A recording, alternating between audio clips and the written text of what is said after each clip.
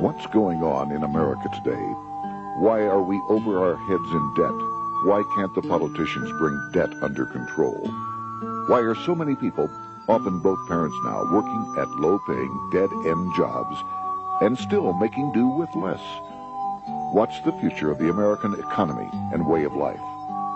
Why does the government tell us inflation is low when the buying power of our paychecks is declining at an alarming rate? Only a generation ago, bread was a quarter, and you could get a new car for $19.95. The problem is that since 1864, we've had a debt-based banking system. All our money is based on government debt. We cannot extinguish government debt without extinguishing our money supply. That's why talk of paying off the national debt without reforming our banking system is an impossibility. That's why the solution does not lie in discussing the size of the national debt, rather it lies in reforming our banking system. This is the Federal Reserve headquarters in Washington. It sits on this very impressive address, right on Constitution Avenue, right across from the Lincoln Memorial. But is it federal? Is it really part of the United States government? Well, what we're about to show you is that there's nothing federal about the Federal Reserve, and there are no reserves. The name is a deception created back before the Federal Reserve Act was passed in 1913 to make Americans think that America's central bank operates in the public interest. The truth is that the Federal Reserve is a private bank owned by private stockholders and run purely for their private profit. That's exactly correct. The Fed is a privately owned for-profit corporation, which again has no reserves, at least no reserves available to back up the Federal Reserve notes, which is our common currency. Oh, absolutely. The Federal Reserve is neither federal and has doubtful reserves. It's a private bank that is owned by member banks. And it was chartered under the guise of deceit by an act of Congress in 1913. If there's still any doubt whether the Federal Reserve is a part of the U.S. government, check your local telephone book. In most cities, it is not listed in the blue government pages. It is listed in the business white pages right next to Federal Express, another private company. But more directly, U.S. courts have ruled time and time again that the Fed is a private corporation. Why can't Congress do something about the Fed? Most members of Congress just don't understand the system, and the few who do are afraid to speak up. For example, initially a veteran congressman from Chicago asked us if he could be interviewed for this video. However, both times our camera crew arrived at his office to do the interview, this was all we were able to film. The congressman never appeared, and eventually decided he no longer wanted to participate. But a few others in Congress have been bolder over the years. Here are 3 quick examples. In 1923, Representative Charles A. Lindbergh, a Republican from Minnesota, and father of the famed aviator Lucky Lindy, put it this way: the financial system has been turned over to the Federal Reserve Board. That board administers the finance system by authority of a purely profiteering group. The system is private, conducted for the sole purpose of obtaining the greatest possible profits from the use of other people's money. One of the most outspoken critics in Congress of the Fed was the former chairman of the House Banking and Currency Committee during the Great Depression years. Lewis T. McFadden, Republican of Pennsylvania, said in 1932, "We have in this country one of the most corrupt institutions the world has ever known. I refer to the Federal Reserve Board. This evil institution has impoverished the people of the United States and has practically bankrupted our government. It has done this through the corrupt practices of the moneyed vultures who control it." Senator Barry Goldwater was a frequent critic of the Fed. Most Americans have no real understanding of the operation of the international moneylenders. The accounts of the Federal Reserve System have never been audited. It operates outside the control of Congress and manipulates the credit of the United States. The Federal Reserve really even though it is not part of the federal government, it is more powerful than the federal government. It's more powerful than the president, the Congress, and the courts. Now, a lot of people challenge me on that, but let me prove my case. The Federal Reserve determines what the average person's car payment is going to be, what their house payment is going to be, and whether they have a job or not. And I submit to you that that's total control. And the Federal Reserve is the largest single creditor of the United States government. What does Proverbs tell us? The borrower is servant to the lender. What one has to understand is that from the day the Constitution was adopted right up to today, the folks who profit from privately owned central banks, as Madison called them, the money changers, have fought a running battle for control over who gets to print America's money. Why is who prints the money so important? Think of money as just another commodity. If you have a monopoly on a commodity that everyone needs, everyone wants, and nobody has enough of, there are lots of ways to make a profit, and also exert tremendous political influence. That's what this battle is all about. Throughout the history of the United States, the money power has gone back and forth between Congress and some sort of privately owned central bank. The Founding Fathers knew the evils of a privately owned central bank. First of all, they had seen how the privately owned British central bank, the Bank of England, had run up the British national debt to such an extent that Parliament had been forced to place unfair taxes on the American colonies. In fact, as we'll see later, Ben Franklin claimed that this was the real cause of the American Revolution. Most of the Founding Fathers realized the potential dangers of banking and feared bankers' accumulation of wealth and power. Jefferson put it this way: I sincerely believe that banking institutions are more dangerous to our liberties than standing armies. The issuing power should be taken from the banks and restored to the people to whom it properly belongs. That succinct statement of Jefferson is, in fact, the solution to all our economic problems today. It bears repeating. The issuing power should be taken from the banks and restored to the people to whom it properly belongs. James Madison, the main author of the Constitution, agreed. Interestingly, he called those behind the central bank scheme money changers. Madison strongly criticized their actions. History records that the money changers have used every form of abuse, intrigue, deceit, and violent means possible to maintain their control over governments by controlling money and its issuance. The battle over who gets to issue our money has been the pivotal issue throughout the history of the United States.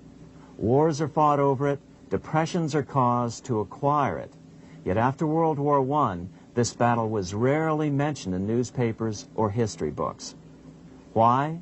By World War I, the money changers, with their dominant wealth, had seized control of most of the nation's press.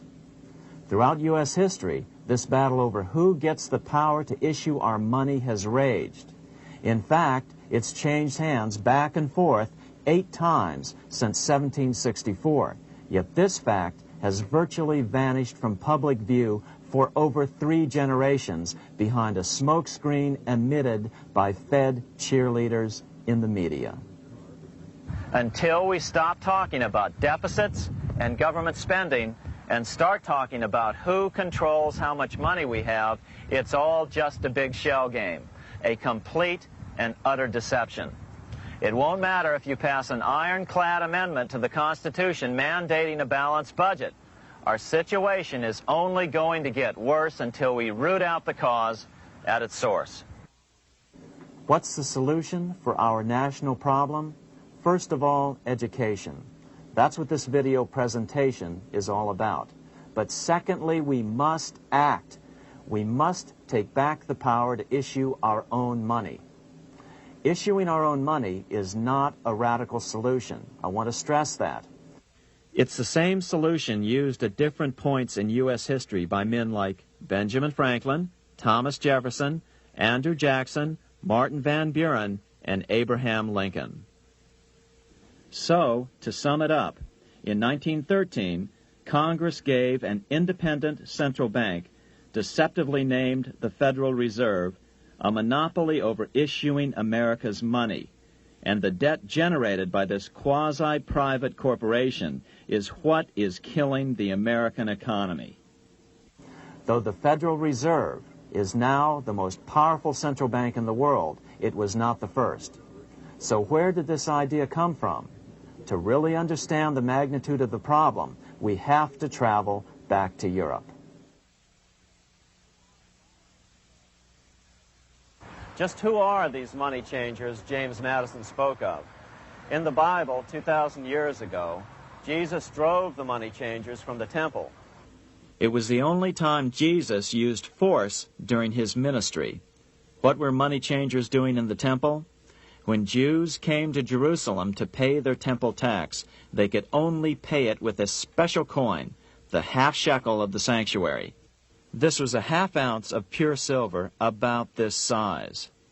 It was the only coin around at that time which was pure silver and of assured weight without the image of a pagan emperor. Therefore, to Jews, the half shekel was the only coin acceptable to God.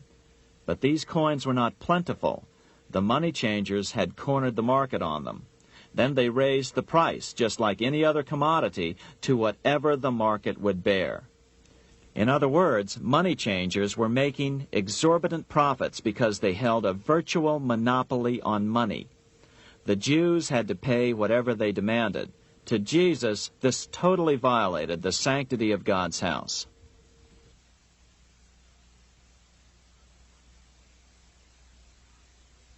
But the money-changing scam did not originate in Jesus' day. 200 years before Christ, Rome was having trouble with money changers.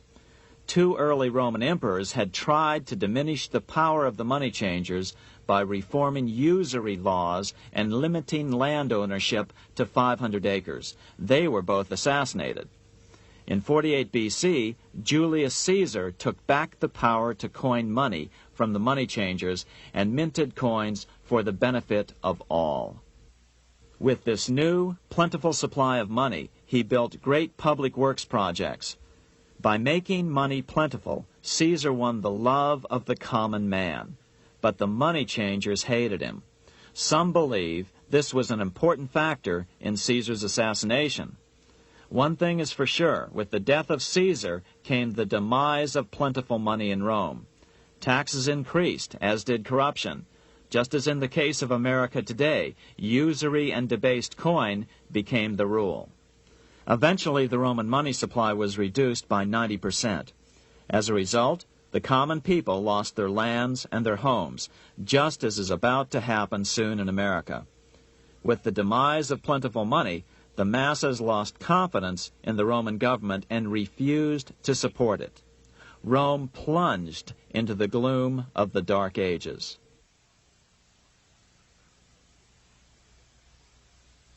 A 1,000 years after the death of Christ, money changers, those who loan out and manipulate the quantity of money, were active in medieval England.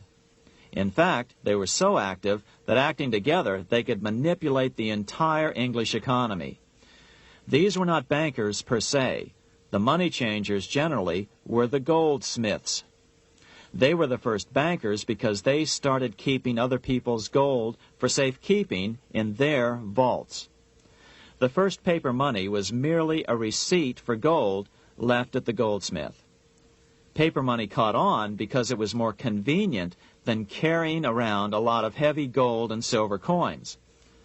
Eventually, goldsmiths noticed that only a small fraction of the depositors ever came in and demanded their gold at any one time. Goldsmiths started cheating on the system. They discovered that they could print more money than they had gold, and usually no one would be the wiser. Then they could loan out this extra money and collect interest on it. This was the birth of fractional reserve banking. That is, loaning out many times more money than you have assets on deposit. So, if $1,000 in gold were deposited with them, they could loan out about $10,000 in paper money and draw interest payments on it, and no one would ever discover the deception. By this means, goldsmiths gradually accumulated more and more wealth and used this wealth to accumulate more and more gold. Today, this practice of loaning out more money than there are reserves is known as fractional reserve banking. Every bank in the United States is allowed to loan out at least 10 times more money than they actually have. That's why they get rich on charging, let's say, 8% interest. It's not really 8% per year, which is their income. It's 80%. That's why bank buildings are always the largest in town. But does that mean that all interest or all banking should be illegal? Hardly. In the Middle Ages, canon law, the law of the Catholic Church, forbade charging interest on loans. This concept followed the teachings of Aristotle and St. Thomas Aquinas. They taught that the purpose of money was to serve the members of society, to facilitate the exchange of goods needed to lead a virtuous life. Interest, in their belief, hindered this purpose by putting an unnecessary burden on the use of money. In other words, interest was contrary to reason and justice. Reflecting church law in the Middle Ages, Europe forbade charging interest on loans and made it a crime called usury. As commerce grew, and therefore opportunities for investment arose in the late Middle Ages, it came to be recognized that to loan money had a cost for the lender, both in risk and in lost opportunity. So some charges were allowed, but not interest per se. But all moralists, no matter what religion, condemn fraud, oppression of the poor, and injustice as clearly immoral. As we will see, fractional reserve lending is rooted in a fraud, results in widespread poverty, and reduces the value of everyone else's money. The ancient goldsmiths discovered that extra profits could be made by rowing the economy between easy money and tight money. When they made money easier to borrow, then the amount of money in circulation expanded. Money was plentiful. People took out more loans to expand their businesses. But then the money changers would tighten the money supply. They would make loans more difficult to get. What would happen? Just what happens today. A certain percentage of people could not repay their previous loans and could not take out new loans to repay the old ones. Therefore, they went bankrupt and had to sell their assets to the goldsmiths for pennies on the dollar. The same thing is still going on today. Only today, we call this rowing of the economy up and down the business cycle. Like Julius Caesar, King Henry I of England finally resolved to take the money power away from the goldsmiths about 1100 A.D. Henry could have used anything as money, seashells, feathers, or even yak dung, as is often done in remote Tibetan provinces. But he invented one of the most unusual money systems in history. It was called the tally stick system. Here I have one of the few surviving examples of this form of British money, which lasted 726 years until 1826, a tally stick. The tally system was adopted to avoid the monetary manipulation of the goldsmiths. Tally sticks were money fabricated out of sticks of polished wood. Notches were cut along one edge of the stick to indicate the denominations.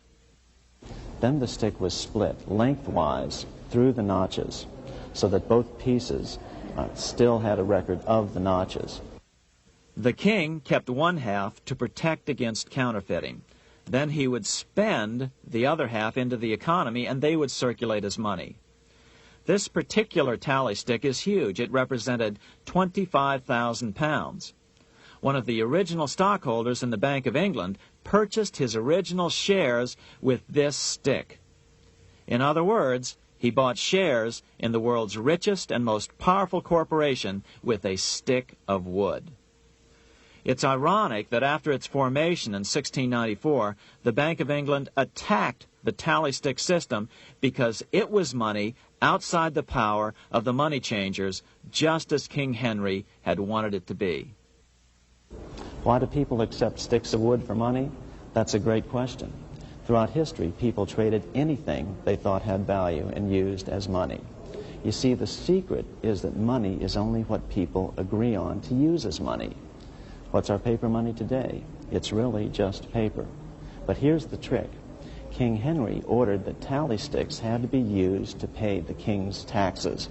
This built-in demand for tally sticks immediately made them circulate and be accepted as money. And they worked well. In fact, no other form of money has worked so well for so long as tally sticks. Keep in mind, the British Empire was built under the tally stick system. The tally stick system succeeded despite the fact that the money changers constantly attacked it by offering the metal coin system as competition. In other words, metal coins never went completely out of circulation, but tally sticks hung on because they were good for the payment of taxes. Finally, in the 1500s, King Henry VIII relaxed the laws concerning usury, and the money changers wasted no time reasserting themselves. They quickly made their gold and silver money plentiful for a few decades. But when Queen Mary took the throne and tightened the usury laws again, the money changers renewed the hoarding of gold and silver coins, forcing the economy to plummet. When Queen Mary's sister, Queen Elizabeth I, took the throne, she was determined to regain control over English money. Her solution was to issue gold and silver coins from the public treasury and take the control over the money supply away from the money changers. Although control over money was not the only cause of the English Revolution in 1642, religious differences fueled the conflict. Monetary policy played a major role. Financed by the money changers, Oliver Cromwell finally overthrew King Charles, purged the Parliament, and put the king to death. The money changers were immediately allowed to consolidate their financial power.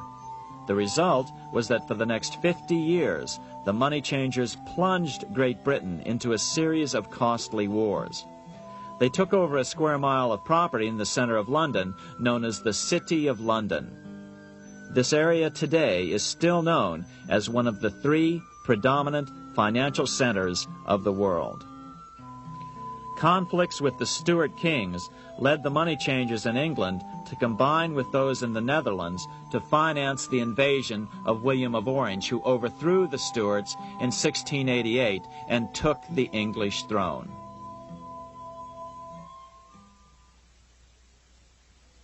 By the end of the 1600s, England was in financial ruin. 50 years of more or less continuous wars with France and Holland had exhausted her.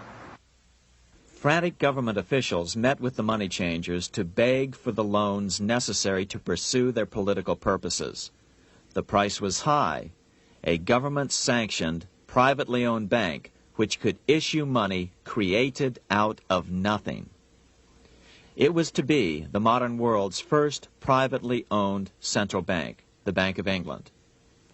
Although it was deceptively called the Bank of England to make the general population think it was part of the government, it was not.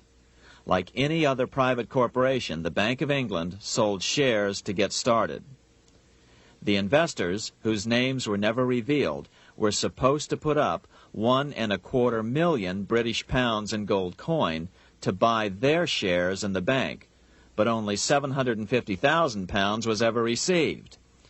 Despite that, the bank was duly chartered in 1694 and started out in the business of loaning out several times the money it supposedly had in reserves, all at interest. In exchange, the new bank would loan British politicians as much of the new currency as they wanted, as long as they secured the debt by direct taxation of the British people. So, legalization of the Bank of England amounted to nothing less than legal counterfeiting of a national currency for private gain. Unfortunately, nearly every nation now has a privately controlled central bank using the Bank of England as the basic model. Such is the power of these central banks that they soon take total control over a nation's economy. It soon amounts to nothing but a plutocracy, rule by the rich. It would be like putting control of the army in the hands of the mafia. The danger of tyranny would be extreme. Yes, we need central banks. No, we do not need them in private hands. The central bank scam is really a hidden tax. The nation sells bonds to the central bank to pay for things it does not have the political will to raise taxes to pay for.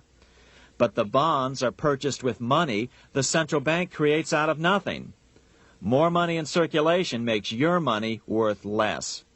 The government gets as much money as it needs, and the people pay for it in inflation.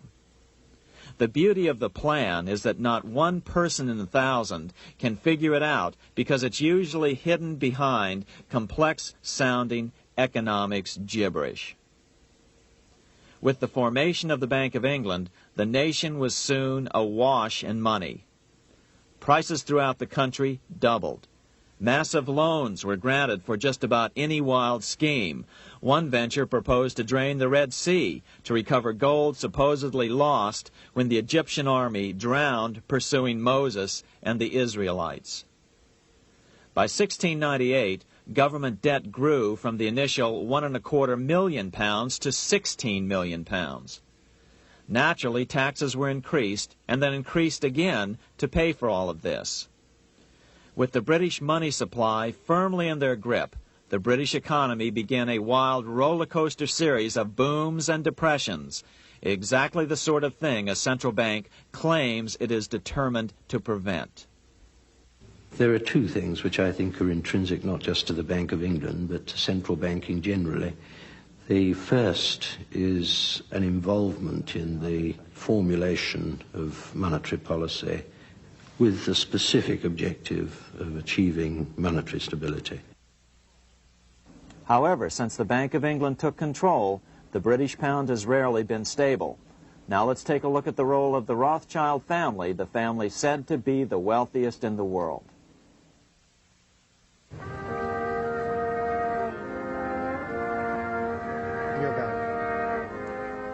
This is Frankfurt, Germany. 50 years after the Bank of England opened its doors, a goldsmith named Amschel Moses Bauer opened a coin shop, a counting house, in 1743. And over the door he placed a sign depicting a Roman eagle on a red shield. The shop became known as the Red Shield Firm, or in German, Rothschild. When his son, Amschel Meyer Bauer, inherited the business, he decided to change his name to Rothschild. Amschel soon learned that loaning money to governments and kings was more profitable than loaning to private individuals. Not only were the loans bigger, but they were secured by the nation's taxes. Mayer Rothschild had 5 sons. He trained them all in the skills of money creation, then sent them out to the major capitals of Europe to open branch offices of the family banking business. His first son, Amschel Meyer, stayed in Frankfurt to mind the hometown bank.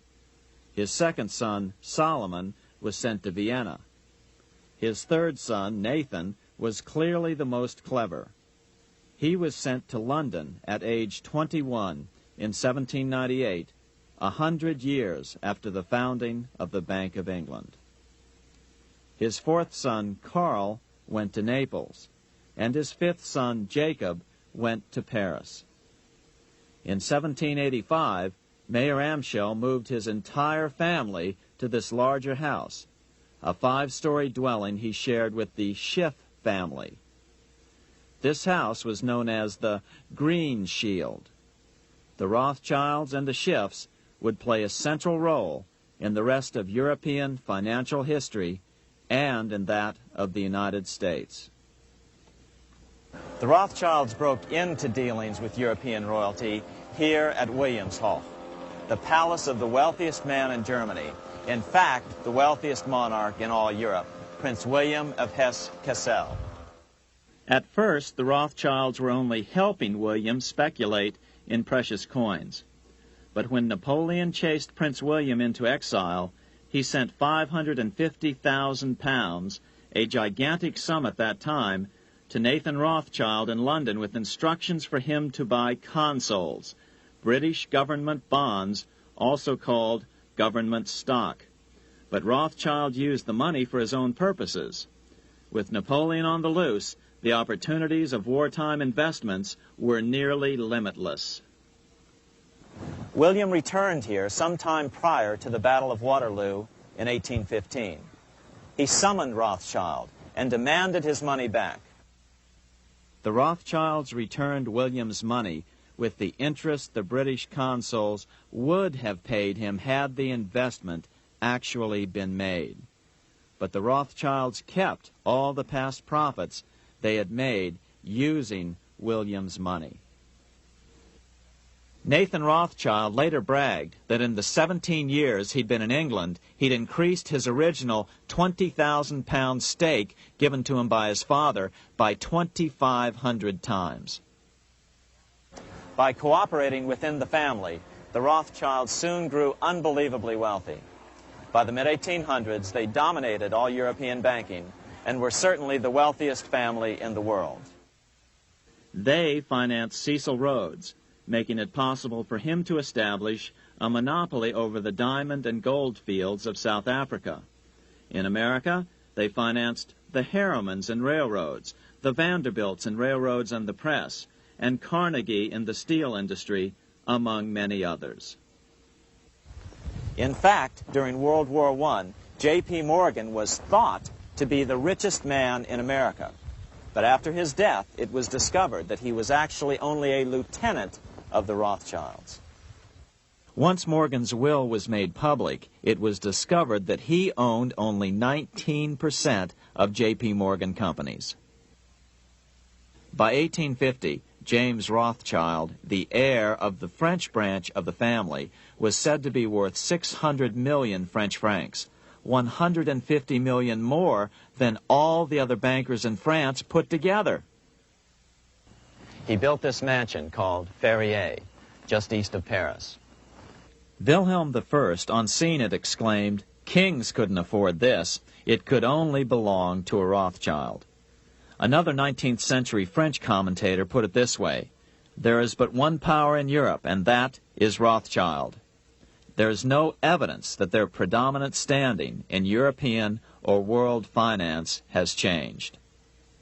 Now let's take a look at the results the Bank of England had produced on the British economy and how that later was the root cause of the American Revolution.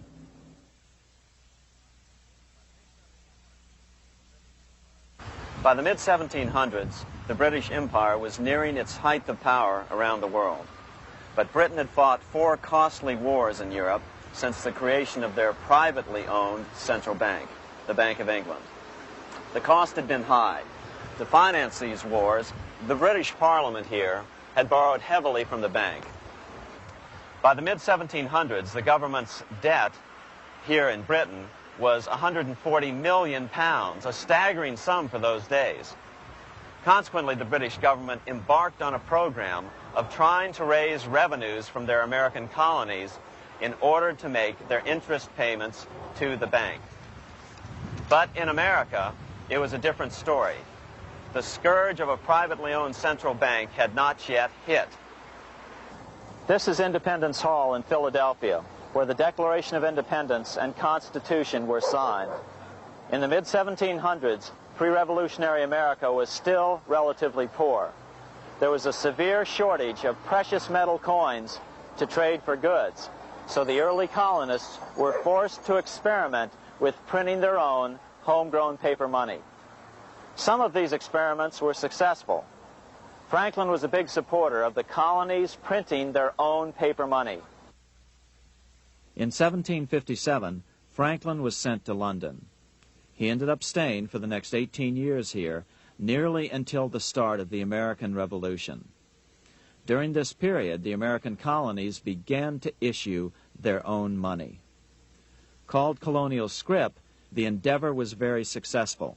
It provided a reliable medium of exchange, and it also helped to provide a feeling of unity between the colonies. Remember, colonial scrip was just paper money, debt-free money, printed in the public interest, and not backed by gold or silver coin. In other words, it was a totally fiat currency. One day, officials of the Bank of England asked Franklin how he would account for the newfound prosperity of the colonies. Without hesitation, he replied, "That is simple. In the colonies we issue our own money. It is called colonial scrip. We issue it in proper proportion to the demands of trade and industry to make the products pass easily from the producers to the consumers. In this manner, creating for ourselves our own paper money, we control its purchasing power, and we have no interest to pay to no one." This was just common sense to Franklin, but you can imagine the impact it had on the Bank of England. America had learned the secret of money, and that genie had to be returned to its bottle as soon as possible.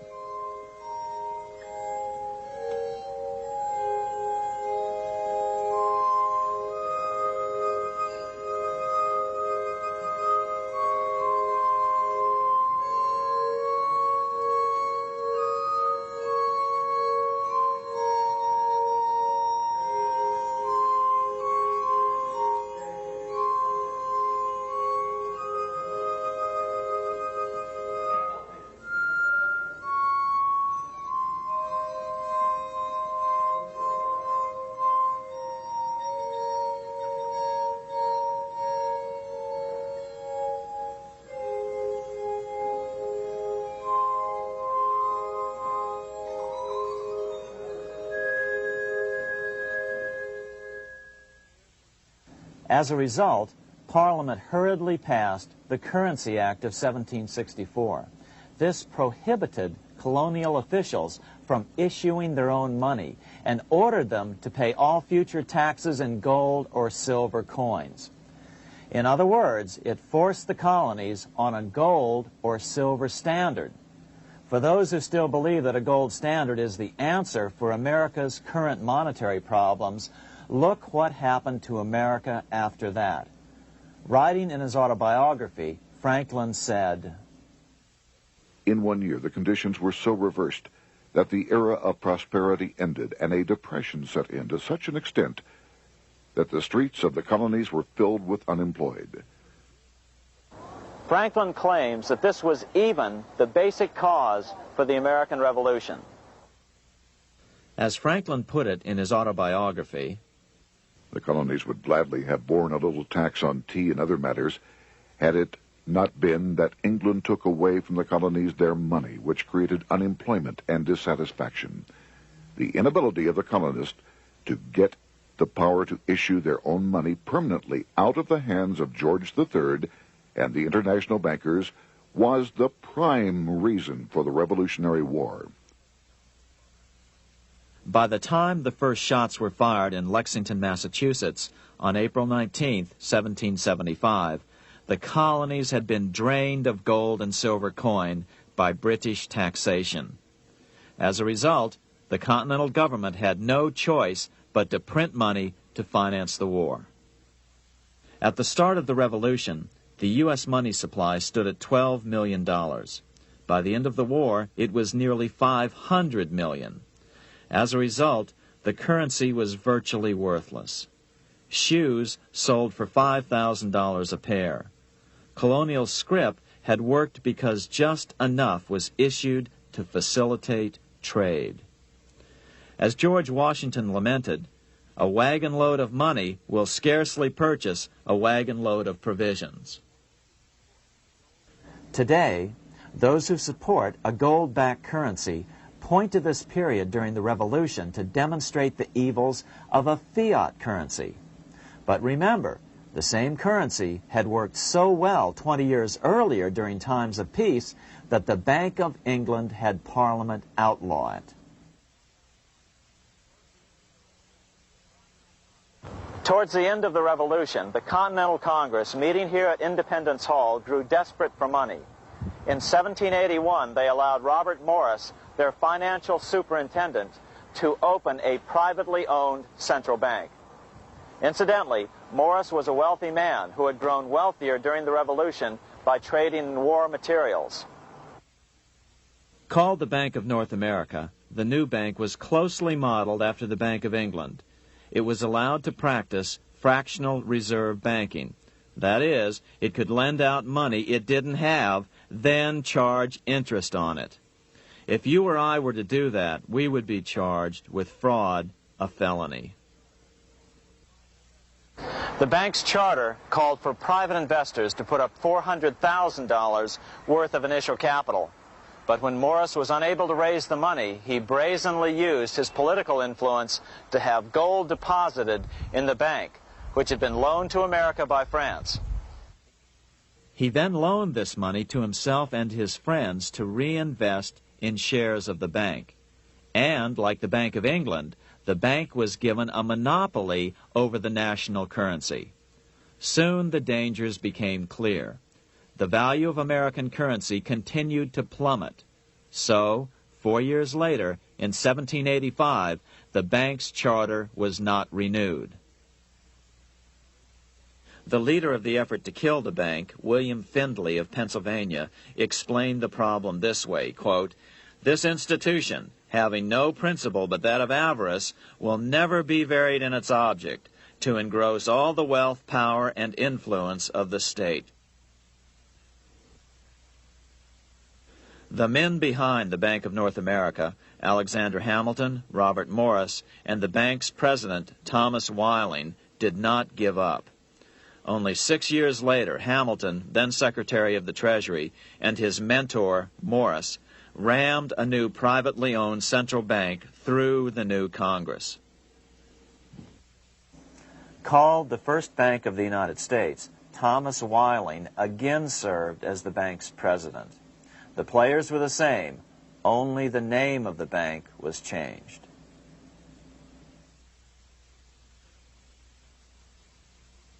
In 1787, colonial leaders assembled in Philadelphia to replace the ailing Articles of Confederation. As we saw earlier, both Thomas Jefferson and James Madison were unalterably opposed to a privately owned central bank. They had seen the problems caused by the Bank of England. They wanted nothing of it. As Jefferson later put it, "If the American people ever allow private banks to control the issue of their currency, first by inflation, then by deflation, the banks and the corporations which grow up around them will deprive the people of all property until their children wake up homeless on the continent their fathers conquered." during the debate over the future monetary system, another one of the founding fathers, Gouverneur Morris, castigated the motivations of the owners of the Bank of North America. Gouverneur Morris headed the committee that wrote the final draft of the Constitution. Morris knew the motivations of the bank well. Along with his old boss, Robert Morris, Gouverneur Morris and Alexander Hamilton were the ones who had presented the original plan for the Bank of North America to the Continental Congress in the last year of the Revolution. In a letter he wrote to James Madison on July 2nd, 1787, Gouverneur Morris revealed what was really going on. "The rich will strive to establish their dominion and enslave the rest. They always did. They always will. They will have the same effect here as elsewhere if we do not, by the power of government, keep them in their proper spheres." Despite the defection of Gouverneur Morris from the ranks of the bank, Hamilton, Robert Morris, Thomas Whiling, and their European backers were not about to give up. They convinced the bulk of the delegates to the Constitutional Convention to not give Congress the power to issue paper money. Most of the delegates were still reeling from the wild inflation of the paper currency during the Revolution. They had forgotten how well colonial scrip had worked before the war. But the Bank of England had not. The money changers could not stand to have America printing her own money again. So the Constitution is silent on the matter. This grievous defect left the door wide open for the money changers, just as they had planned.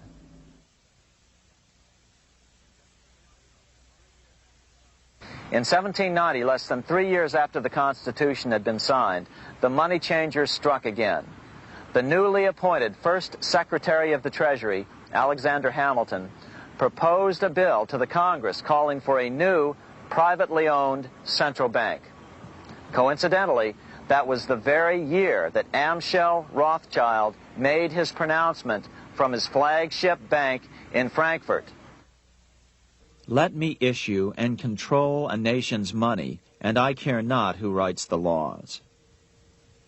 Alexander Hamilton was a tool of the international bankers, and he wanted to create the U.S. Bank, the BUS, or the Bank of the United States, and did so. Interestingly, one of Hamilton's first jobs after graduating from law school in 1782 was as an aide to Robert Morris, the head of the Bank of North America. In fact, the year before, Hamilton had written Morris a letter saying, "A national debt, if it is not excessive, will be to us a national blessing." A blessing to whom?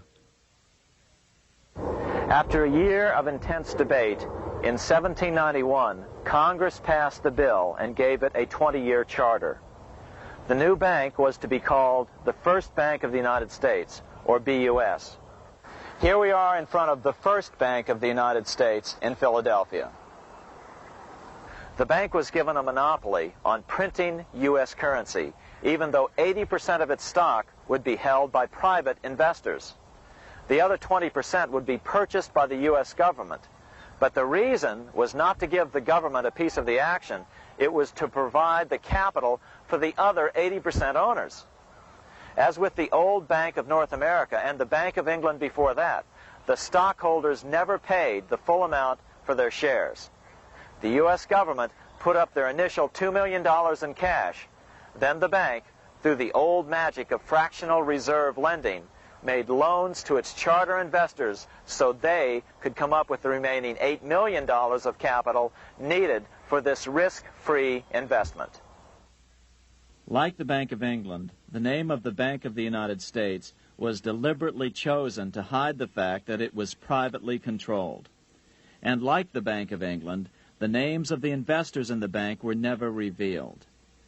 Many years later, it was a common saying that the Rothschilds were the power behind the old Bank of the United States. The bank was sold to Congress as a way to bring stability to the banking system and eliminate inflation. So what happened? Over the first 5 years, the U.S. government borrowed $8.2 million from the Bank of the United States. In the same 5-year period, prices rose by 72%. Jefferson, as the new Secretary of State, watched the borrowing with sadness and frustration, unable to stop it. I wish it were possible to obtain a single amendment to our Constitution, taking from the federal government the power of borrowing. Millions of Americans feel the same way today. They watch in helpless frustration as the federal government borrows the American economy into oblivion. So, although it was called the First Bank of the United States, it was not the first attempt at a privately owned central bank in this country. As with the Bank of North America, the government put up most of the cash to get this private bank going, then the bankers loaned the money to each other to buy the remaining stock in the bank. It was a scam, plain and simple, and they wouldn't be able to get away with it for long. But first, we have to travel back to Europe to see how a single man was able to manipulate the entire British economy by obtaining the first news of Napoleon's final defeat.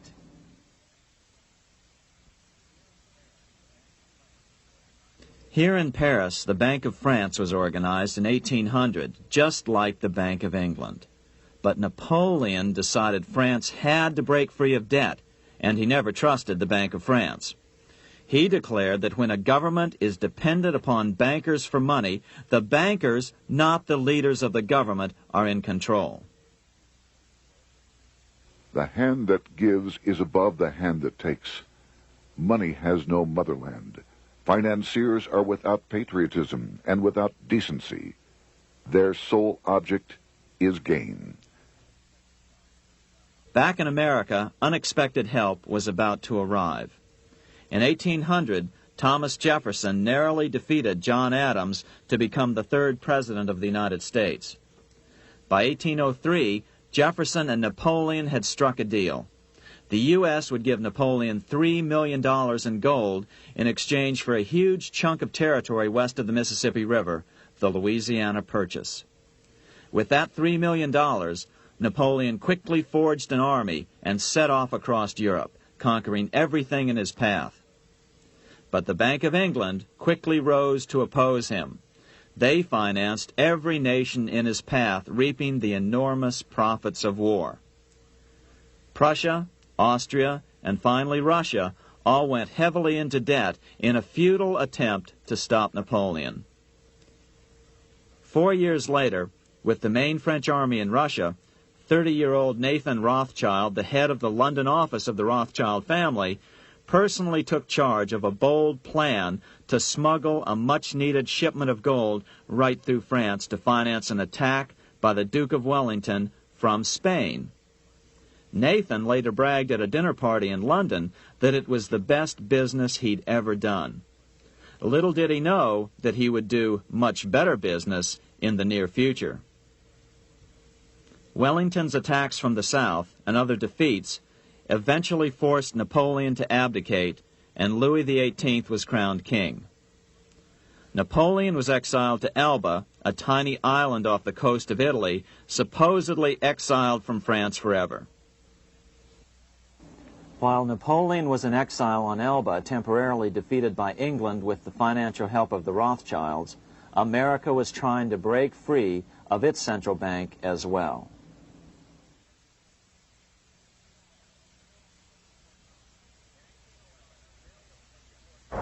In 1811, a bill was put before Congress to renew the charter of the Bank of the United States. The debate grew very heated, and the legislatures of both Pennsylvania and Virginia passed resolutions asking Congress to kill the bank. The press corps of the day attacked the bank openly, calling it a great swindle, a vulture, a viper, and a cobra. Oh, to have an independent press once again in America. A congressman named P.B. Porter attacked the bank from the floor of Congress, saying if the bank's charter was renewed, Congress, quote, will have planted in the bosom of this Constitution a viper, which one day or another will sting the liberties of this country to the heart, close quote. Prospects didn't look that good for the bank. Some writers have even claimed that Nathan Rothschild warned that the United States would find itself involved in a most disastrous war if the bank's charter were not renewed. But it wasn't enough. When the smoke had cleared, the renewal bill was defeated by a single vote in the House and was deadlocked in the Senate. By now, America's fourth president, James Madison, was in the White House. Remember, Madison was a staunch opponent of the bank. His vice president, George Clinton, broke a tie in the Senate and sent the bank into oblivion. Within 5 months, England attacked the U.S., and the War of 1812 was on. But the British were still busy fighting Napoleon, and so the War of 1812 ended in a draw in 1814. Though the money changers were temporarily down, they were far from out.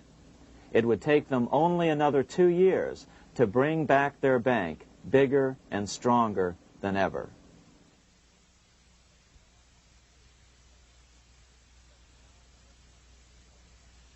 But now let's return to Napoleon, because nothing else in history more aptly demonstrates the ingenuity of the Rothschild family than their control of the British stock market after Waterloo. In 1815, a year after the end of the War of 1812 in America, Napoleon escaped his exile and returned to Paris. French troops were sent out to capture him, but such was his charisma that the soldiers rallied around their old leader and hailed him as their emperor once again. In March of 1815, Napoleon equipped an army which Britain's Duke of Wellington defeated less than 90 days later at Waterloo. Some writers claim Napoleon borrowed £5 million from the Bank of England to rearm, but it appears these funds actually came from the Ouvard banking house in Paris. Nevertheless, from about this point on, it was not unusual for privately controlled central banks to finance both sides in a war. Why would a central bank finance opposing sides in a war? Because war is the biggest debt generator of them all. A nation will borrow any amount for victory. The ultimate loser is loaned just enough to hold out the vain hope of victory, and the ultimate winner is given enough to win. Besides, such loans are usually conditioned upon the guarantee that the victor will honor the debts of the vanquished.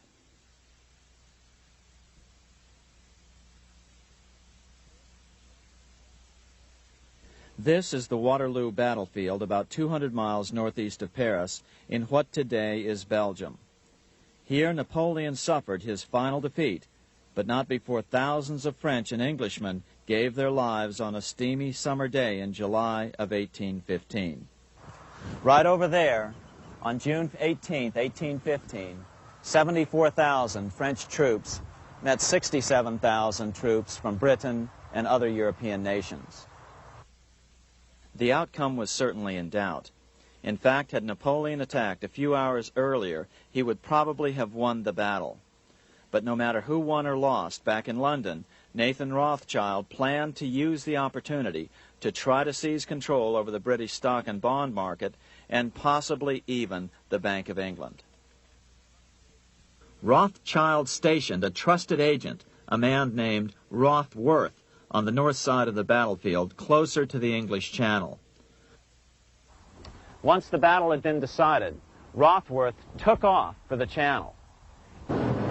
He delivered the news to Nathan Rothschild a full 24 hours before Wellington's own courier. Rothschild hurried to the stock market and took up his usual position in front of an ancient pillar. All eyes were on him. The Rothschilds had a legendary communications network.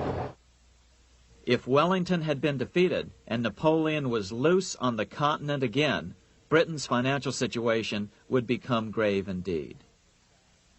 Rothschild looked saddened. He stood there motionless, eyes downcast. Then suddenly he began selling. Other nervous investors saw that Rothschild was selling. It could only mean one thing. Napoleon must have won, Wellington must have lost. The market plummeted. Soon everyone was selling their consols, their British government bonds, and prices dropped sharply. But then Rothschild started secretly buying up the consols through his agents for only a fraction of their worth hours before. Myths, legends, you say? 100 years later, the New York Times ran a story which said that Nathan's grandson had attempted to secure a court order to suppress a book with this stock market story in it. The Rothschild family claimed the story was untrue and libelous, but the court denied the Rothschilds' request and ordered the family to pay all court costs. What's even more interesting about this story is that some authors claim that the day after the Battle of Waterloo, in a matter of hours, Nathan Rothschild came to dominate not only the bond market, but the Bank of England as well. Whether or not the Rothschild family seized control of the Bank of England, the first privately owned central bank in a major European nation and the wealthiest, one thing is certain. By the mid-1800s, the Rothschilds were the richest family in the world, bar none.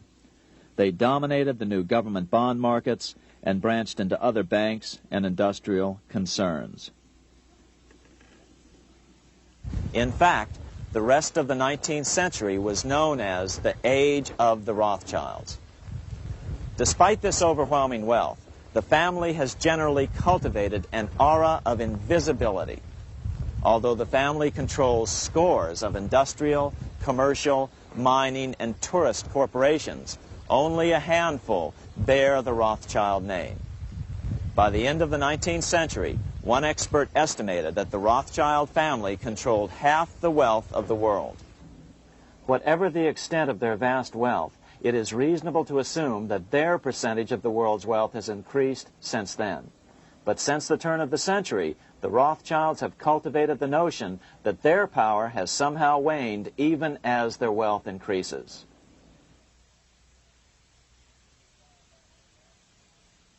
Meanwhile, back in Washington in 1816, just 1 year after Waterloo and Rothschild's alleged takeover of the Bank of England, the American Congress passed a bill permitting yet another privately owned central bank.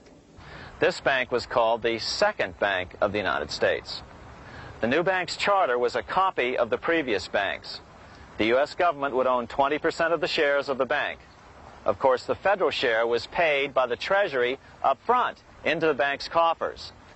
Then, through the magic of fractional reserve lending, it was transformed into loans to private investors who then bought the remaining 80% of the shares.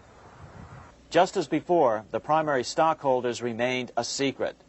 But it is known that the largest block of shares, about 1/3 of the total, were sold to foreigners. As one observer put it, it is certainly no exaggeration to say that the Second Bank of the United States was rooted as deeply in Britain as it was in America. So, by 1816, some authors claim the Rothschilds had taken control over the Bank of England and backed a new, privately owned central bank in America as well.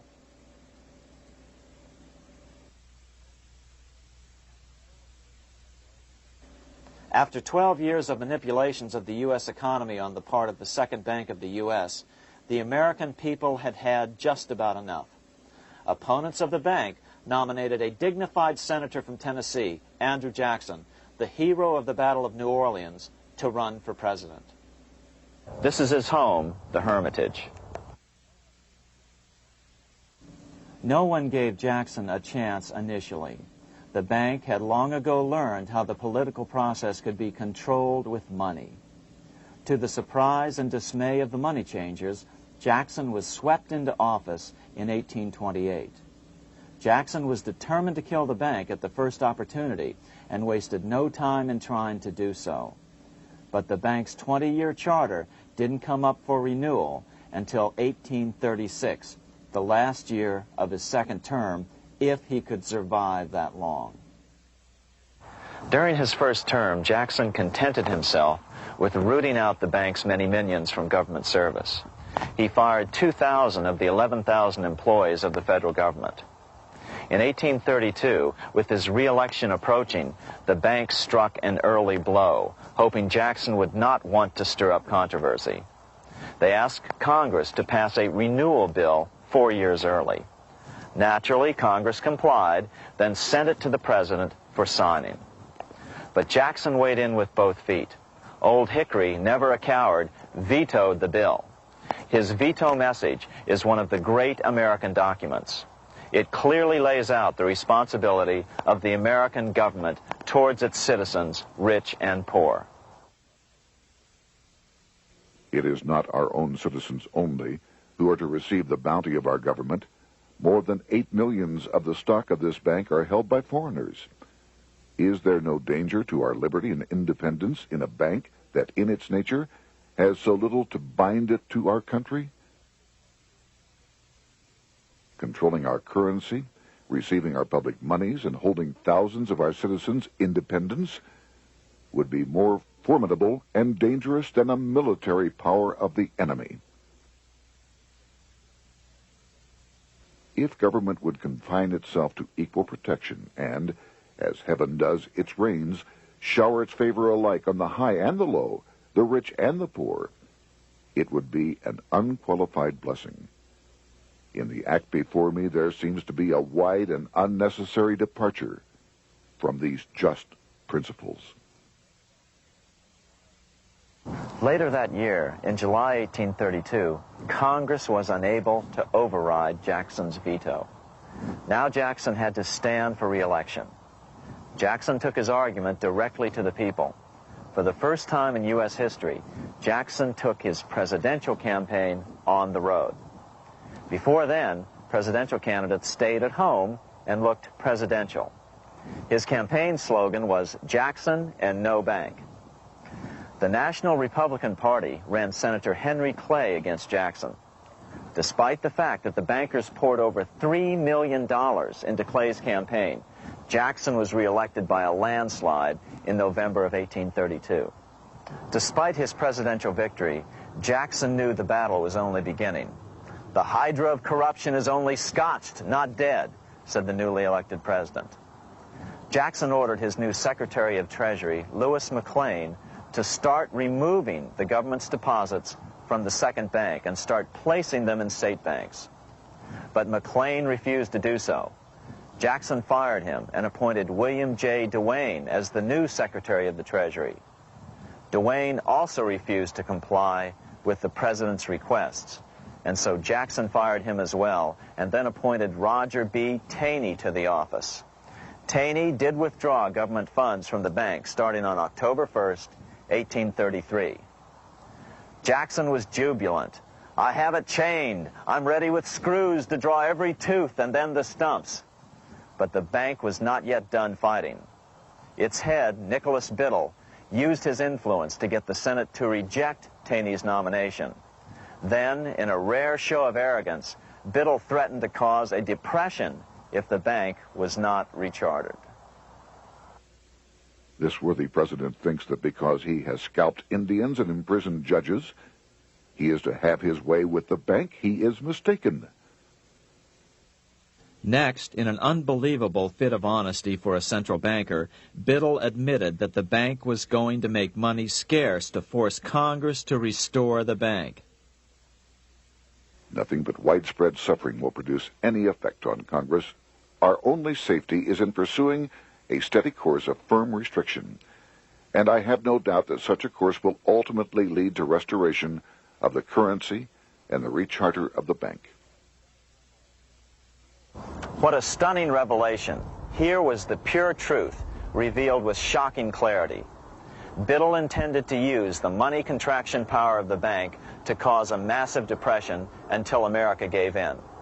Unfortunately, this has happened time and time again throughout U.S. history and is about to happen again in today's world. Nicholas Biddle made good on his threat. The bank sharply contracted the money supply by calling in old loans and refusing to extend new ones. A financial panic ensued, followed by a deep depression. Naturally, Biddle blamed Jackson for the crash, saying that it was caused by the withdrawal of federal funds from the bank. Unfortunately, his plan worked well. Wages and prices sagged. Unemployment soared along with business bankruptcies. The nation quickly went into an uproar. Newspaper editors blasted Jackson in editorials. The bank threatened to withhold payments, which then could be made directly to key politicians for their support. Within only months, Congress assembled in what was called the panic session. 6 months after he had withdrawn funds from the bank, Jackson was officially censured by a resolution which passed the Senate by a vote of 26 to 20. It was the first time a president had ever been censured by Congress. Jackson lashed out at the bank. "You are a den of vipers. I intend to rout you out, and by eternal God, I will rout you out." America's fate teetered on a knife edge. If Congress could muster enough votes to override Jackson's veto, the bank would be granted another 20-year monopoly or more over America's money, time enough to consolidate its already great power. Then a miracle occurred. The governor of Pennsylvania came out supporting President Jackson and strongly criticized the bank. On top of that, Biddle had been caught boasting in public about the bank's plan to crash the economy. Suddenly, the tide shifted. In April of 1834, the House of Representatives voted 134 to 82 against rechartering the bank. This was followed up by an even more lopsided vote to establish a special committee to investigate whether the bank had caused the crash. When the investigating committee arrived at the bank's door in Philadelphia, armed with a subpoena to examine the books, Biddle refused to give them up. Nor would he allow inspection of correspondence with congressmen relating to their personal loans and advances he'd made to them. He also refused to testify before the committee back in Washington. On January 8, 1835, Jackson paid off the final installment on the national debt, which had been necessitated by allowing the banks to issue currency for government bonds rather than simply issuing treasury notes without such debt. He was the only president to ever pay off the debt. A few weeks later, on January 30th, 1835, an assassin by the name of Richard Lawrence tried to shoot President Jackson, but by the grace of God, both pistols misfired. Lawrence was later found not guilty by reason of insanity. After his release, he bragged to friends that powerful people in Europe had put him up to the task and promised to protect him if he were caught. The following year, when its charter ran out, the Second Bank of the United States ceased functioning as the nation's central bank. Biddle was later arrested and charged with fraud. He was tried and acquitted, but died shortly thereafter while still tied up in civil suits. After his second term as president, Jackson retired here to the Hermitage outside of Nashville to live out his life. He is still remembered here for his determination to kill the bank. In fact, he killed it so well that it took the money changers 77 years to undo the damage. When asked what his most important accomplishment had been, Jackson replied, "I killed the bank." Unfortunately, even Jackson failed to grasp the entire picture and its root cause. Although Jackson had killed the central bank, the most insidious weapon of the money changers, fractional reserve banking, remained in use by the numerous state-chartered banks. This fueled economic instability in the years before the Civil War. Still, the central bankers were out, and as a result, America thrived as it expanded westward. During this time, the principal money changers struggled to regain their lost centralized power, but to no avail. Then, finally, they reverted to the old central bankers' formula: war to create debt and dependency. If they couldn't get their central bank any other way, America could be brought to its knees by plunging it into a civil war, just as they had done in 1812 after the first Bank of the United States was not rechartered. 1 month after the inauguration of Abraham Lincoln, the first shots of the American Civil War were fired here at Fort Sumter, South Carolina, on April 12, 1861. Certainly slavery was a cause for the Civil War, but not the primary cause. Lincoln knew that the economy of the South depended upon slavery, and so before the Civil War, he had no intention of eliminating it. Lincoln had put it this way in his inaugural address only 1 month earlier. I have no purpose, directly or indirectly, to interfere with the institution of slavery in the states where it now exists. I believe I have no lawful right to do so, and I have no inclination to do so. Even after the first shots were fired here at Fort Sumter, Lincoln continued to insist that the Civil War was not about the issue of slavery. My paramount objective is to save the Union, and it is not either to save or destroy slavery. If I could save the Union without freeing any slave, I would do it. So what was the Civil War all about? There were many factors at play. Northern industrialists had used protective tariffs to prevent the southern states from buying cheaper European goods. Europe retaliated by stopping cotton imports from the South. The southern states were in a double financial bind. They were forced to pay more for most of the necessities of life, while their income from cotton exports plummeted. The South was angry. But there were other factors at work. The money changers were still stung by America's withdrawal from their control 25 years earlier. Since then, America's wildcat economy had made the nation rich, a bad example for the rest of the world.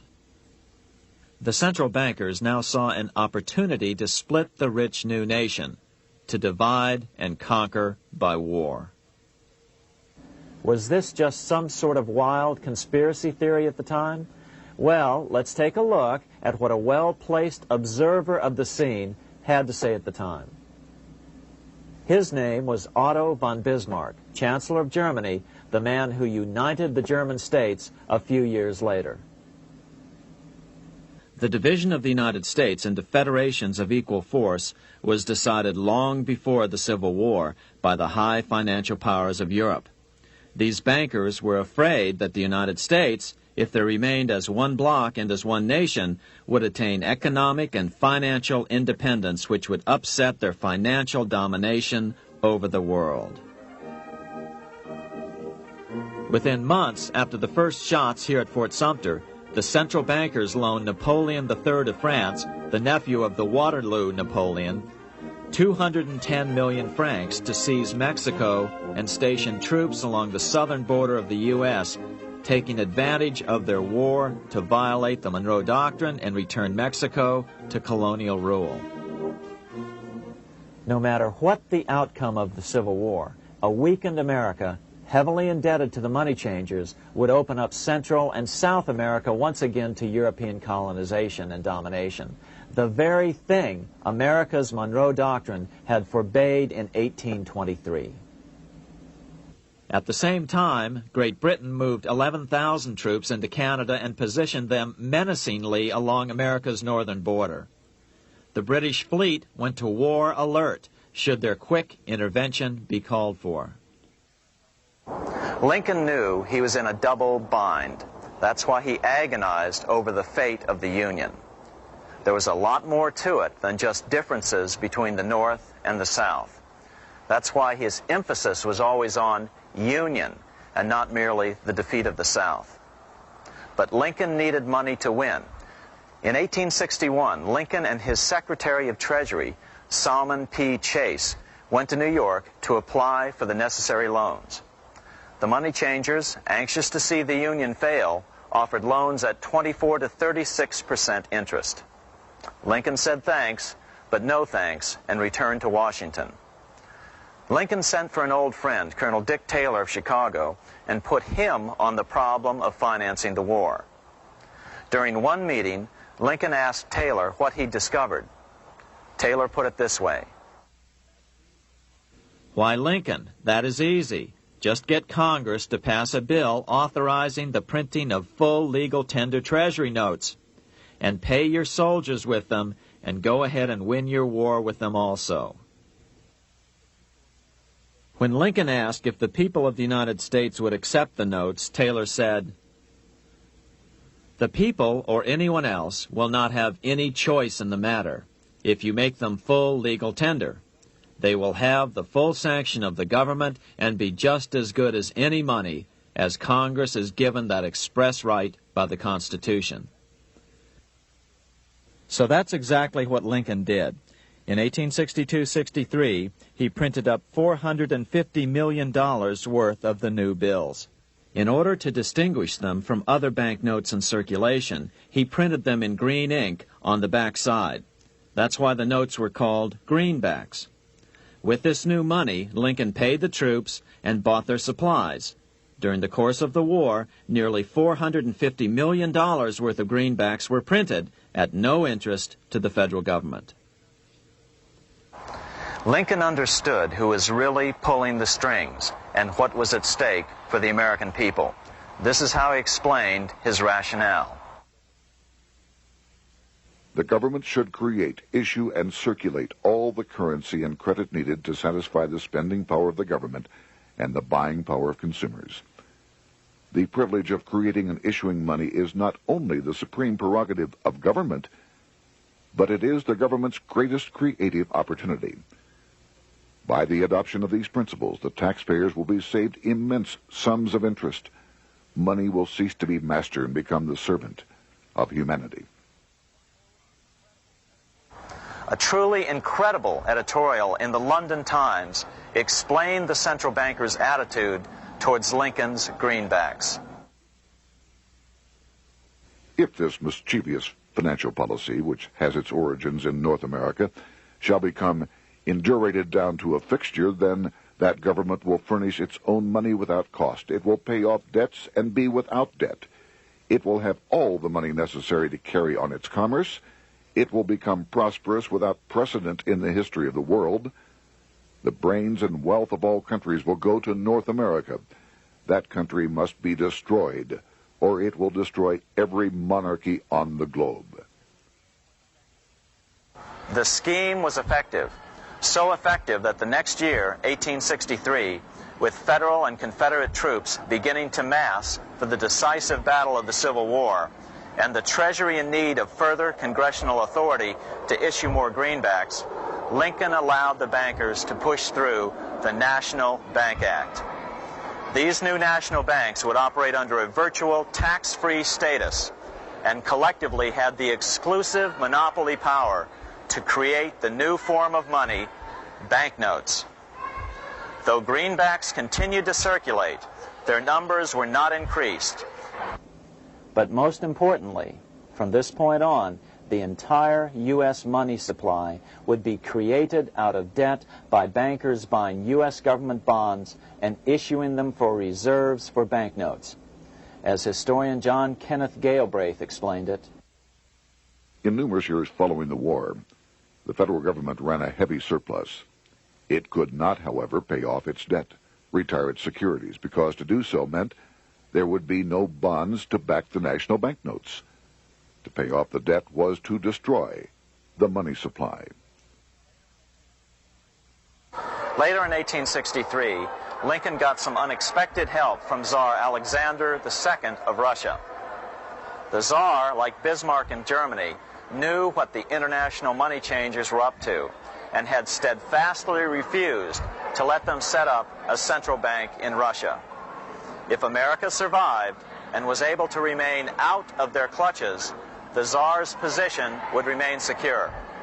If the bankers were successful at dividing America and giving the pieces back to Great Britain and France, both nations under control of their central banks, eventually they would threaten Russia again. So the Tsar gave orders that if either England or France actively intervened and gave aid to the South, Russia would consider such action as a declaration of war. He did the same with part of his Pacific Fleet and sent them to port in San Francisco. Lincoln was reelected the next year, 1864. Had he lived, he would surely have killed the national bank's money monopoly extracted from him during the war. On November 21st, 1864, he wrote a friend the following: The money power preys upon the nation in times of peace and conspires against it in times of adversity. It is more despotic than monarchy, more insolent than autocracy, more selfish than bureaucracy.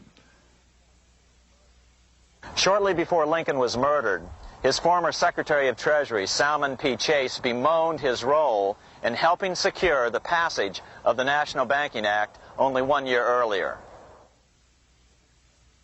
My agency in promoting the passage of the National Banking Act was the greatest financial mistake in my life. It has built up a monopoly which affects every interest in the country. On April 14, 1865, 41 days after his second inauguration and just 5 days after Lee surrendered to Grant at Appomattox, Lincoln was shot by John Wilkes Booth at Ford's Theater. Bismarck, Chancellor of Germany, lamented the death of Abraham Lincoln. The death of Lincoln was a disaster for Christendom. There was no man in the United States great enough to wear his boots. I fear that foreign bankers, with their craftiness and tortuous tricks, will entirely corrupt the exuberant riches of America and use it systematically to corrupt modern civilization. They will not hesitate to plunge the whole of Christendom into wars and chaos in order that the earth should become their inheritance. Bismarck well understood the money changers' plan. Allegations that international bankers were responsible for Lincoln's assassination surfaced in Canada 70 years later in 1934. Gerald G. McGeer, a popular and well-respected Canadian attorney, revealed this stunning charge in a 5-hour speech before the Canadian House of Commons, blasting Canada's debt-based money system. Remember, it was 1934, the height of the Great Depression, which was ravaging Canada as well.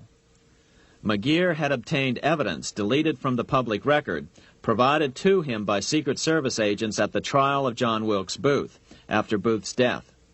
McGeer said it showed that Booth was a mercenary working for the international bankers. According to an article in the Vancouver Sun of May 2nd, 1934, Abraham Lincoln, the martyred emancipator of the slaves, was assassinated through the machinations of a group representative of the international bankers who feared the United States President's national credit ambitions. There was only one group in the world at that time who had any reason to desire the death of Lincoln. They were the men opposed to his national currency program and who had fought him throughout the whole Civil War on his policy of greenback currency. Interestingly, McGeer claimed that Lincoln was assassinated not only because international bankers wanted to reestablish a central bank in America, but because they also wanted to base America's currency on gold.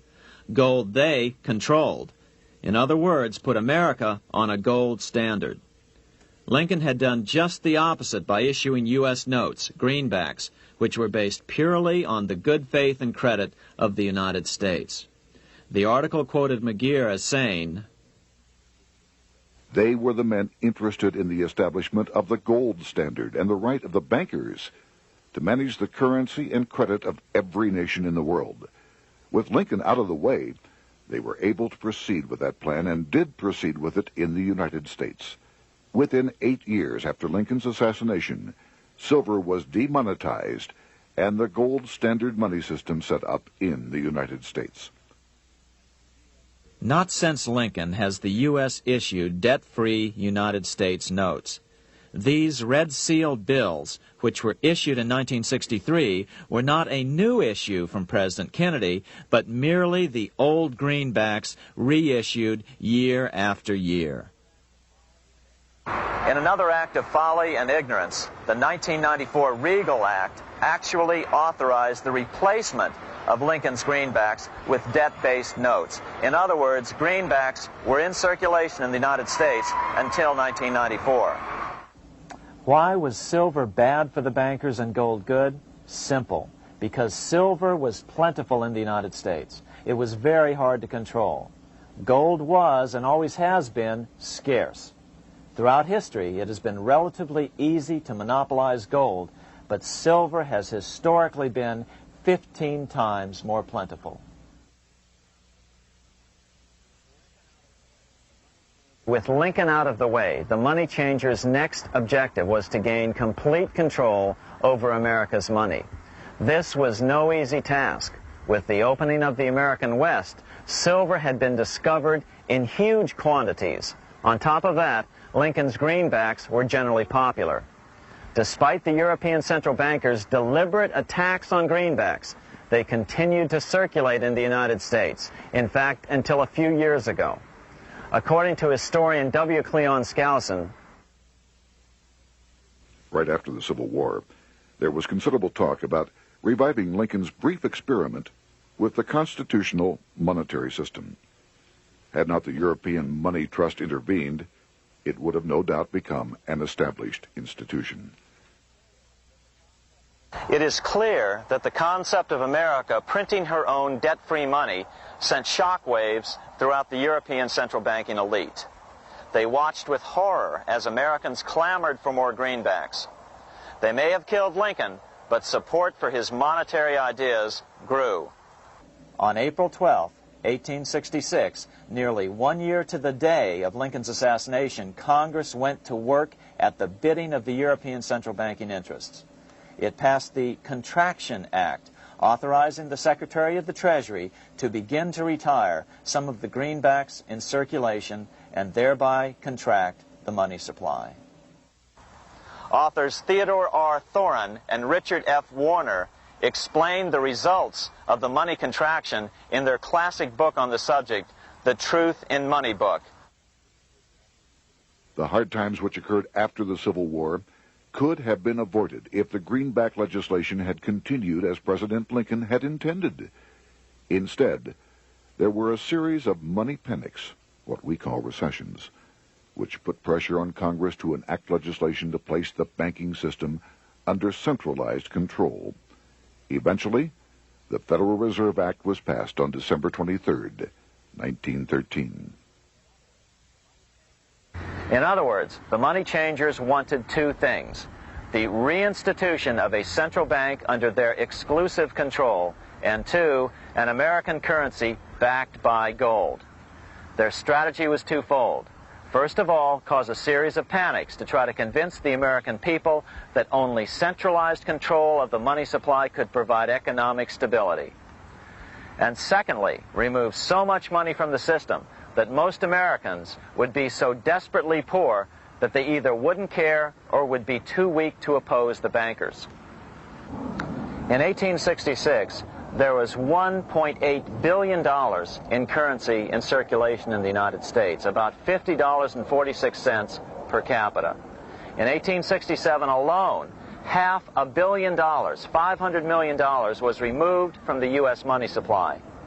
10 years later, in 1876, America's money supply was reduced to only $600 million. In other words, 2/3 of America's money had been called in by the bankers. Only $14.60 per capita remained in circulation.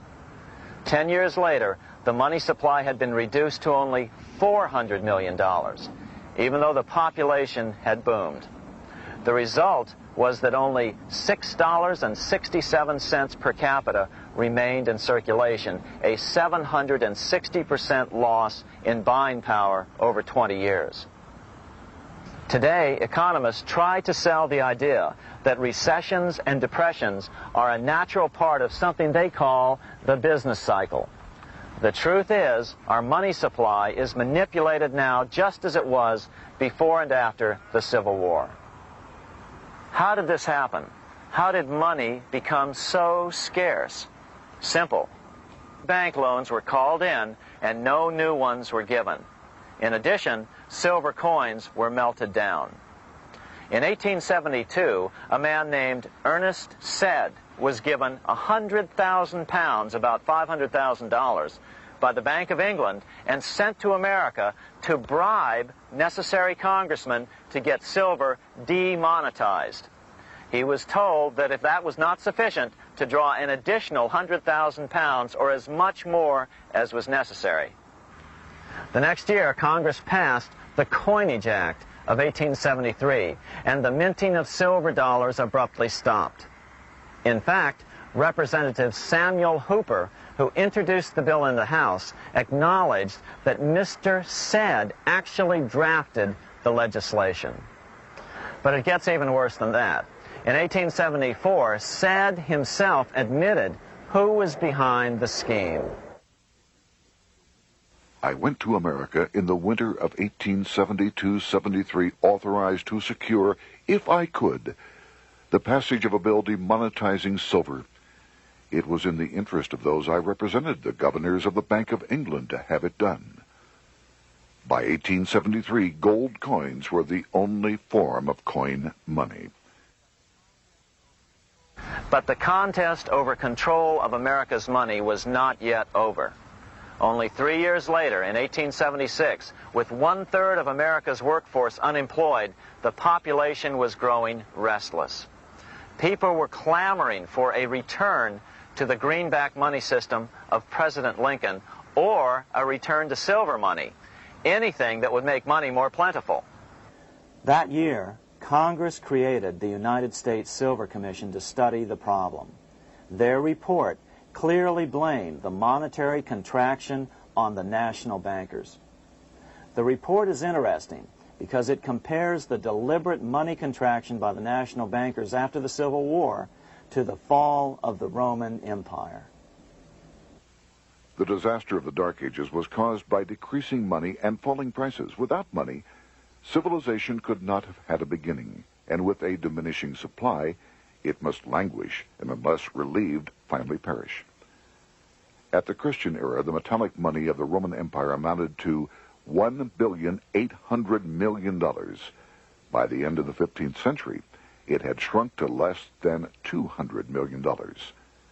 History records no other such disastrous transition as that from the Roman Empire to the Dark Ages.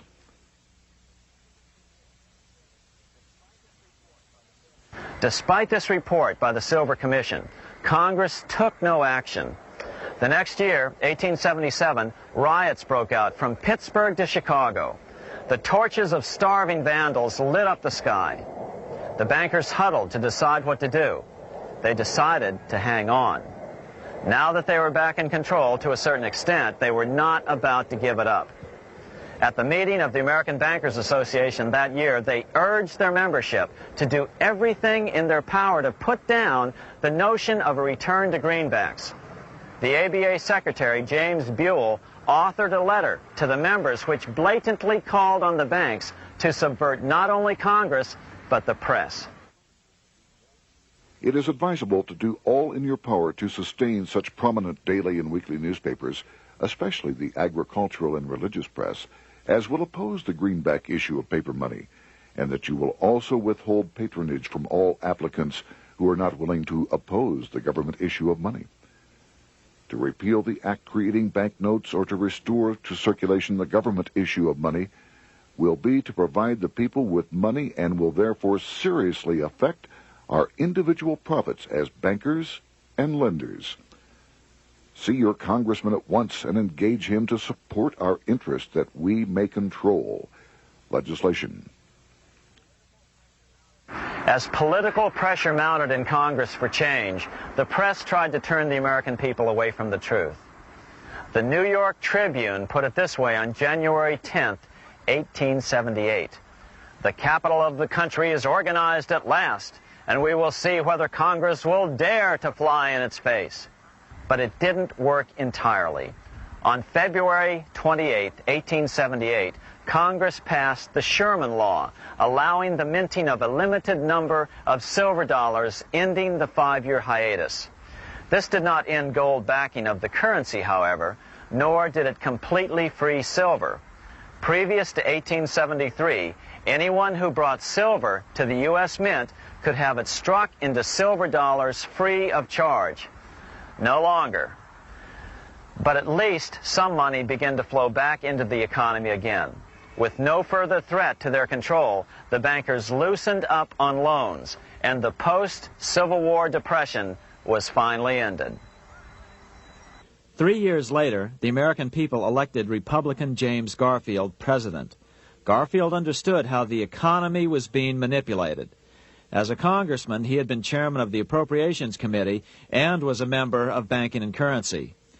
After his inauguration, he slammed the money changers publicly in 1881. Whoever controls the volume of money in any country is absolute master of all industry and commerce. And when you realize that the entire system is very easily controlled, one way or another, by a few powerful men at the top, you will not have to be told how periods of inflation and depression originate. Unfortunately, within a few weeks of making this statement, on July 2nd of 1881, President Garfield was assassinated.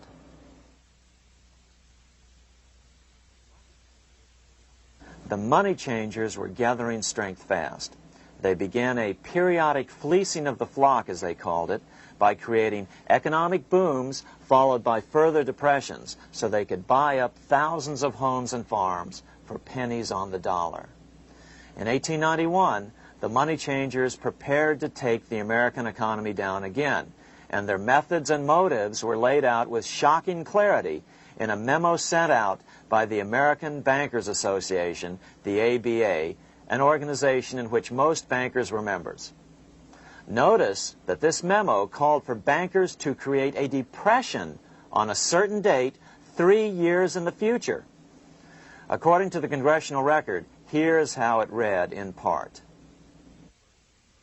On September 1st, 1894, we will not renew our loans under any consideration. On September 1st, we will demand our money. We will foreclose and become mortgagees in possession. We can take 2/3 of the farms west of the Mississippi and thousands of them east of the Mississippi as well at our price. Then the farmers will become tenants, as in England.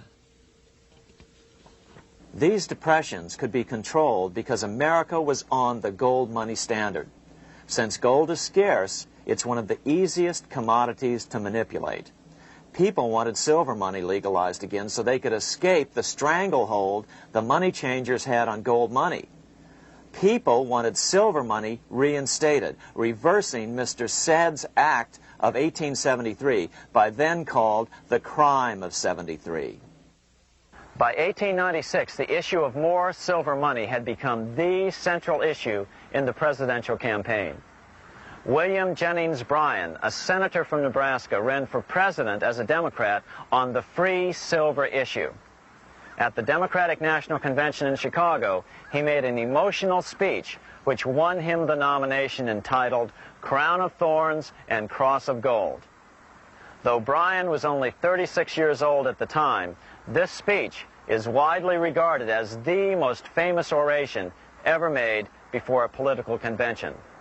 In the dramatic conclusion, Bryan said, "We will answer their demand for a gold standard by saying to them, you shall not press down upon the brow of labor this crown of thorns. You shall not crucify mankind upon a cross of gold." The bankers lavishly supported the Republican candidate, William McKinley, who favored the gold standard. The resulting contest was amongst the most fiercely contested presidential races in American history. Bryan made over 600 speeches in 27 states.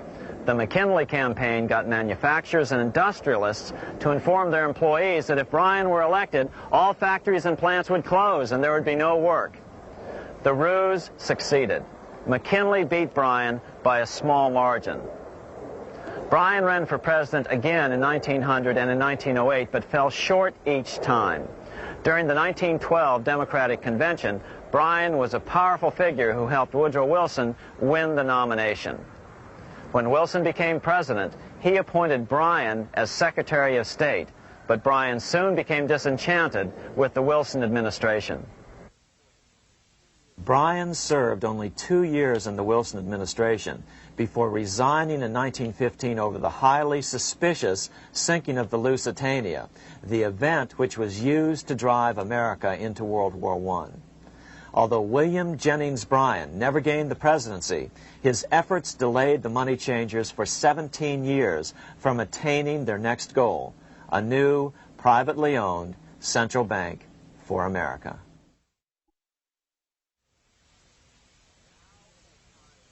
Now it was time for the money changers to get back to the business of a new private central bank for America.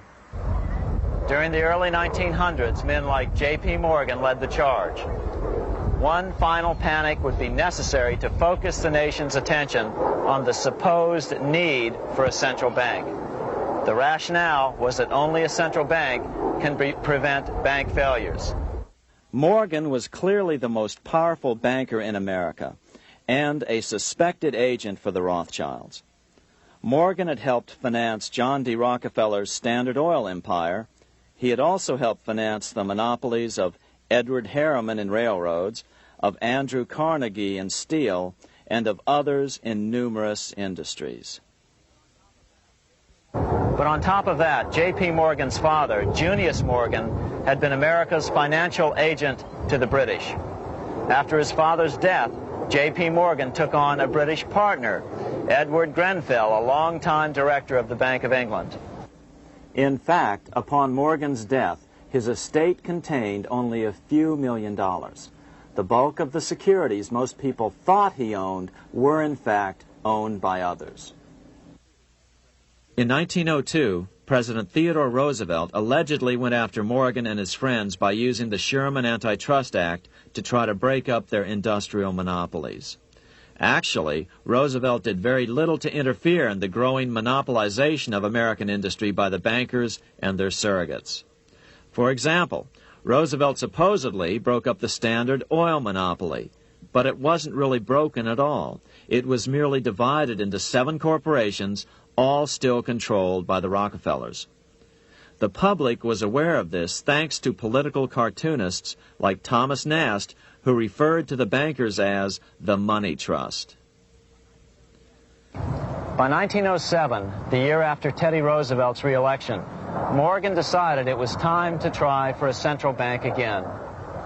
Using their combined financial muscle, Morgan and his friends were secretly able to crash the stock market. Thousands of small banks were vastly overextended. Some had reserves of less than 1% thanks to the fractional reserve principle. Within days, bank runs were commonplace across the nation. Now Morgan stepped into the public arena and offered to prop up the faltering American economy by supporting failing banks with money he manufactured out of nothing. It was an outrageous proposal, far worse than even fractional reserve banking, but Congress let him do it. Morgan manufactured $200 million worth of this completely reserveless private money and bought things with it, paid for services with it, and sent some of it to his branch banks to lend out at interest. His plan worked. Soon, the public regained confidence in money in general and quit hoarding their currency. But as a result, banking power was further consolidated into the hands of a few large banks. By 1908, the panic was over, and Morgan was hailed as a hero by the president of Princeton University, a man by the name of Woodrow Wilson. All this trouble could be averted if we appointed a committee of 6 or 7 public-spirited men like J.P. Morgan to handle the affairs of our country. Economics textbooks would later explain that the creation of the Federal Reserve System was the direct result of the panic of 1907. Quote, "With its alarming epidemic of bank failures, the country was fed up once and for all with the anarchy of unstable private banking," close quote.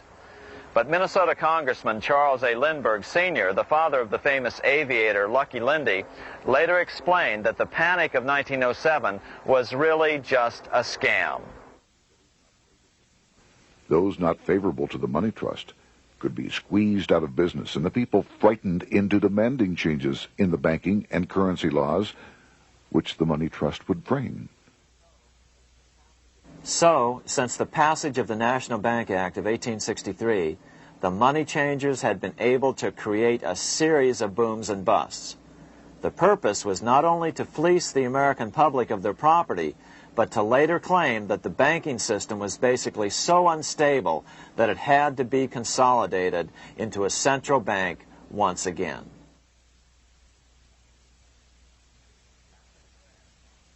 After the crash, Teddy Roosevelt, in response to the panic of 1907, signed into law a bill creating something called the National Monetary Commission.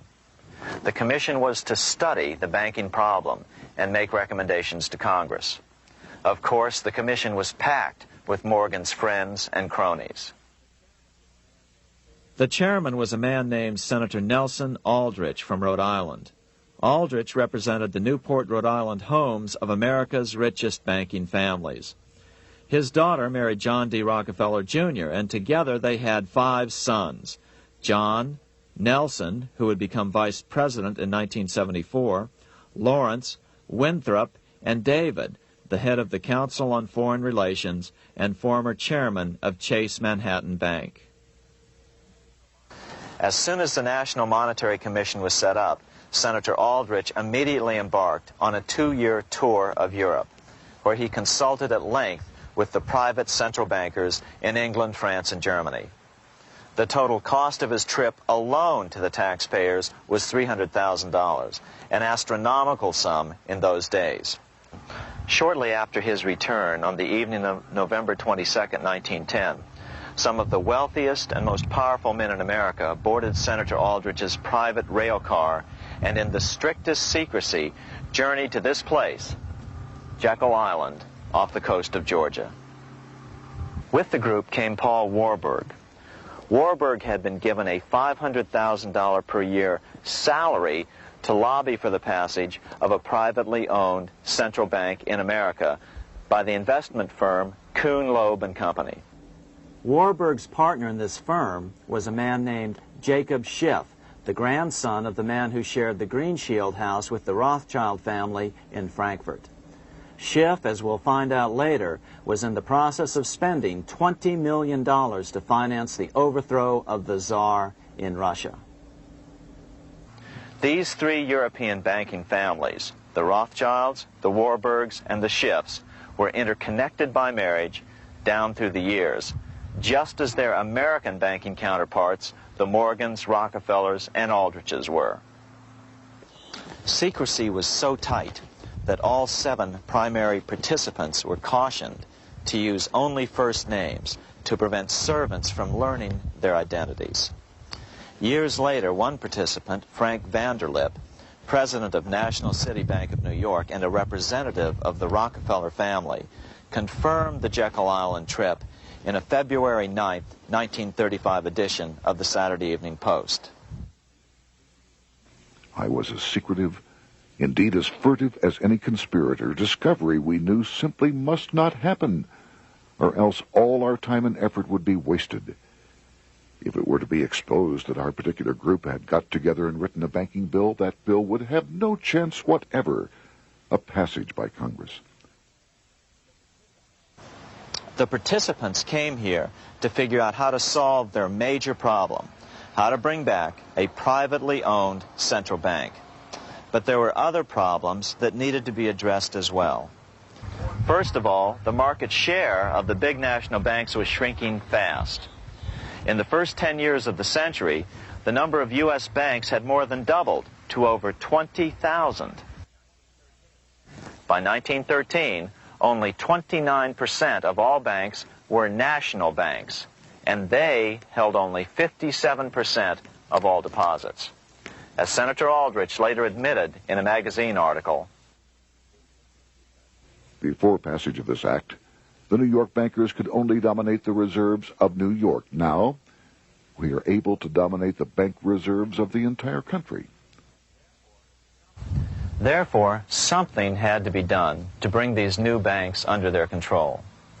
As John D. Rockefeller put it, quote, "Competition is sin," close quote. Secondly, the nation's economy was so strong that corporations were starting to finance their expansions out of profits instead of taking out huge loans from large banks. In the first 10 years of the new century, 70% of corporate funding came from profits. In other words, American industry was becoming independent of the money changers, and that trend had to be stopped. All the participants knew that these problems could be hammered out into a workable solution, but perhaps their biggest problem was a public relations problem, the name of the new bank. That discussion took place right here in this room, one of the many conference rooms in this sprawling hotel, today known as the Jekyll Island Club Hotel. Aldrich believed that the word bank should not even appear in the name. Warburg wanted to call the legislation the National Reserve Bill or the Federal Reserve Bill. The idea here was to give the impression that the purpose of the new central bank was to stop bank runs, but also to conceal its monopoly character. However, it was Aldrich, the egotistical politician, who insisted it be called the Aldrich Bill. After 9 days at Jekyll Island, the group dispersed. The new central bank would be very similar to the old Bank of the United States. It would be given a monopoly over U.S. currency and create that money out of nothing. How does the Fed create money out of nothing? It's a 4-step process. But first, a word on bonds. Bonds are simply promises to pay, or government IOUs. People buy bonds to get a secure rate of interest. At the end of the term of the bond, the government repays the bond plus interest, and the bond is destroyed. There are about $3.6 trillion worth of these loans or bonds at present. Now here's the Fed money-making process. Step 1. The Federal Open Market Committee approves the purchase of U.S. bonds on the open market. Step 2. The bonds are purchased by the Fed from whoever is offering them for sale on the open market. Step 3. The Fed pays for the bonds with electronic credits to the seller's bank, which in turn credits the seller's bank account.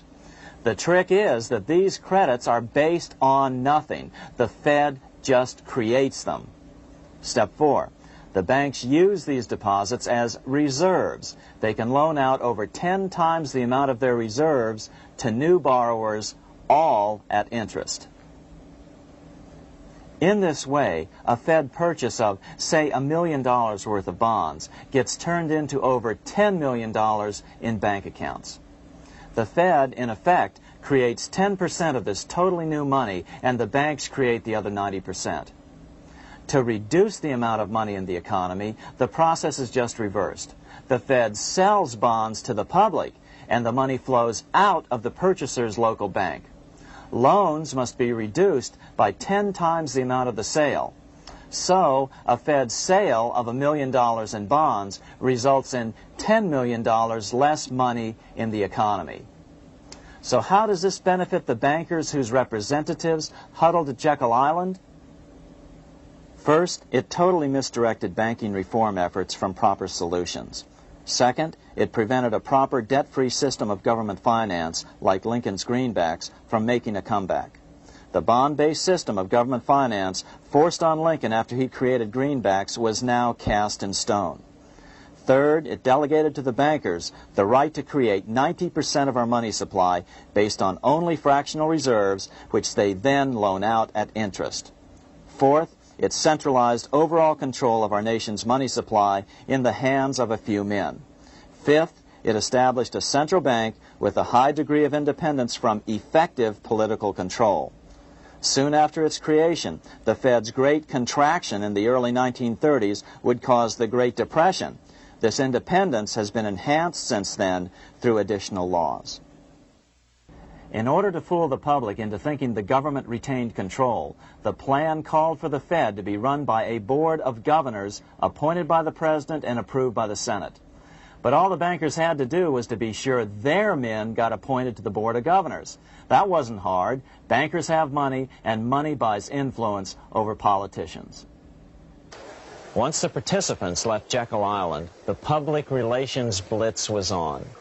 The big New York banks put together an educational fund of $5 million to finance professors at respected universities to endorse the new bank. Woodrow Wilson at Princeton was one of the first to jump on the bandwagon. But the bankers' subterfuge didn't work. The Aldrich Bill was quickly identified as the Bankers' Bill, a bill to benefit only what became known as the money trust. As Congressman Lindbergh put it during the congressional debate, the Aldrich Plan is the Wall Street Plan. It means another panic, if necessary, to intimidate the people. Aldrich, paid by the government to represent the people, proposes a plan for the trusts instead. Seeing they didn't have the votes to win in Congress, the Republican leadership never brought the Aldrich Bill to a vote. The bankers quietly decided to move to track 2, the Democratic alternative. They began financing Woodrow Wilson as the Democratic nominee.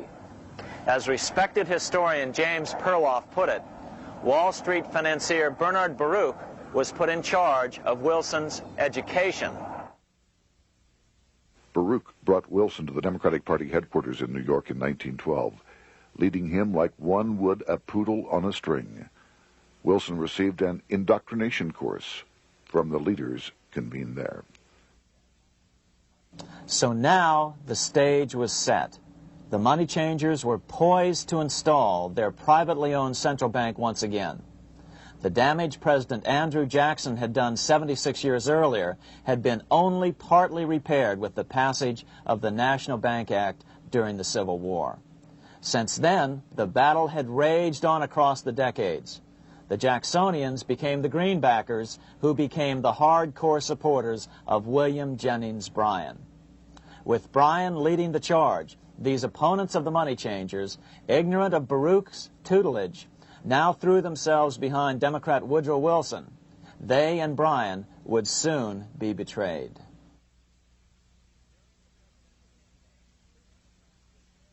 During the presidential campaign, the Democrats were careful to pretend to oppose the Aldrich bill. As Representative Lewis McFadden, himself a Democrat, as well as chairman of the House Banking and Currency Committee, explained it 20 years after the fact. The Aldrich bill was condemned in the platform. When Woodrow Wilson was nominated, the men who ruled the Democratic Party promised the people that if they were returned to power, there would be no central bank established here while they held the reins of government.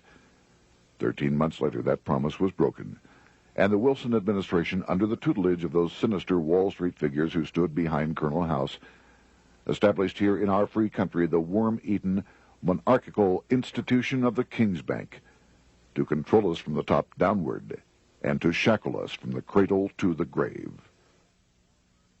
Once Wilson was elected, Morgan, Warburg, Baruch, and company advanced a new plan, which Warburg named the Federal Reserve System. The Democratic leadership hailed the new bill, called the Glass-Owen Bill, as something radically different from the Aldrich Bill. But in fact, the bill was virtually identical in every important detail. In fact, so vehement were the Democratic denials of similarity that Paul Warburg, the father of both bills, had to step in to reassure his paid friends in Congress that the two bills were virtually identical. Brushing aside the external differences affecting the shells, we find the kernels of the two systems very closely resembling and related to one another. But that admission was for private consumption only.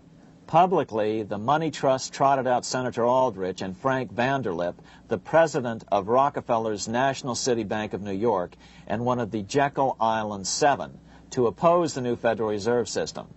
Years later, however, Vanderlip admitted in the Saturday Evening Post that the two measures were virtually identical. Although the Aldrich Federal Reserve Plan was defeated when it bore the name Aldrich, nevertheless, its essential points were all contained in the plan that finally was adopted. As Congress neared a vote, they called Ohio attorney Alfred Crozier to testify. Crozier noted the similarities between the Aldrich bill and the Glass-Owen bill. The bill grants just what Wall Street and the big banks for 25 years have been striving for: private instead of public control of currency. It, the Glass-Owen bill, does this as completely as the Aldrich bill. Both measures rob the government and the people of all effective control over the public's money, and vest in the banks exclusively the dangerous power to make money among the people scarce or plenty. During the debate on the measure, senators complained that the big banks were using their financial muscle to influence the outcome. "There are bankers in this country who are enemies of the public welfare," said one senator. What an understatement. Despite the charges of deceit and corruption, the bill was finally snuck through the Senate on December 22, 1913, after most senators had left town for the holidays, after having been assured by the leadership that nothing would be done until long after the Christmas recess. On the day the bill was passed, Congressman Lindbergh prophetically warned his countrymen that this act establishes the most gigantic trust on earth. When the president signs this bill, the invisible government by the monetary power will be legalized. The people may not know it immediately, but the day of reckoning is only a few years removed. The worst legislative crime of the ages is perpetrated by this banking bill. On top of all this, only weeks earlier, Congress had finally passed a bill legalizing income tax. Why was the income tax law important? Because bankers finally had in place a system which would run up a virtually unlimited federal debt. How would the interest on this debt be repaid? Never mind the principal. Remember, a privately owned central bank creates the principal out of nothing. The federal government was small then. Up to then, it had subsisted merely on tariffs and excise taxes. No, just as with the Bank of England, the interest payments had to be guaranteed by direct taxation of the people. The money changers knew that if they had to rely on contributions from the states, eventually the individual state legislatures would revolt and either refuse to pay the interest on their own money or at least bring political pressure to bear to keep the debt small. It is interesting to note that in 1895, the Supreme Court had found a similar income tax law to be unconstitutional. The Supreme Court even found a corporate income tax law unconstitutional in 1909. As a result, Senator Aldrich hustled a bill for a constitutional amendment allowing income tax through the Congress. The proposed 16th Amendment to the Constitution was then sent to the state legislatures for approval. But some critics claim that the 16th Amendment was never ratified by the necessary 3/4 of the states. In other words, the 16th Amendment may not be legal. But the money changers were in no mood to debate the fine points. By October of 1913, Senator Aldrich had hustled the income tax bill through Congress. Without the power to tax the people directly and bypass the states, the Federal Reserve Bill would be far less useful to those who wanted to drive America deeply into their debt. A year after the passage of the Federal Reserve Bill, Congressman Lindbergh explained how the Fed created what we have come to call the business cycle and how they use it to their advantage. To cause high prices, all the Federal Reserve Board will do will be to lower the rediscount rate, producing an expansion of credit and a rising stock market. Then, when businessmen are adjusted to these conditions, it can check prosperity in mid-career by arbitrarily raising the rate of interest. It can cause the pendulum of a rising and falling market to swing gently back and forth by slight changes in the discount rate, or cause violent fluctuations by a greater rate variation. And in either case, it will possess inside information as to financial conditions and advanced knowledge of the coming change, either up or down. This is the strangest, most dangerous advantage ever placed in the hands of a special privileged class by any government that ever existed. The system is private, conducted for the sole purpose of obtaining the greatest possible profits from the use of other people's money. They know in advance when to create panics to their advantage. They also know when to stop panic. Inflation and deflation work equally well for them when they control finance. Congressman Lindbergh was correct on all points. What he didn't realize was that most European nations had already fallen prey to the central bankers decades or centuries earlier. But he also mentions the interesting fact that only 1 year later the Fed had cornered the market in gold. This is how he put it, quote, "Already the Federal Reserve banks have cornered the gold and gold certificates," close quote. But Congressman Lindbergh was not the only critic of the Fed. Congressman Lewis McFadden, the chairman of the House Banking and Currency Committee from 1920 to 1931, remarked that the Federal Reserve Act brought about a superstate controlled by international bankers and international industrialists acting together to enslave the world for their own pleasure. Notice how McFadden saw the international character of the stockholders of the Federal Reserve. Another chairman of the House Banking and Currency Committee in the 1960s, Wright Patman from Texas, put it this way. In the United States today, we have in effect two governments. We have the duly constituted government, then we have an independent, uncontrolled, and uncoordinated government in the Federal Reserve System, operating the money powers which are reserved to Congress by the Constitution. Even the inventor of the electric light, Thomas Edison, joined the fray in criticizing the system of the Federal Reserve. If our nation can issue a dollar bond, it can issue a dollar bill. The element that makes the bond good makes the bill good also. The difference between the bond and the bill is the bond lets money brokers collect twice the amount of the bond and an additional 20%, whereas the currency pays nobody but those who contribute directly in some useful way.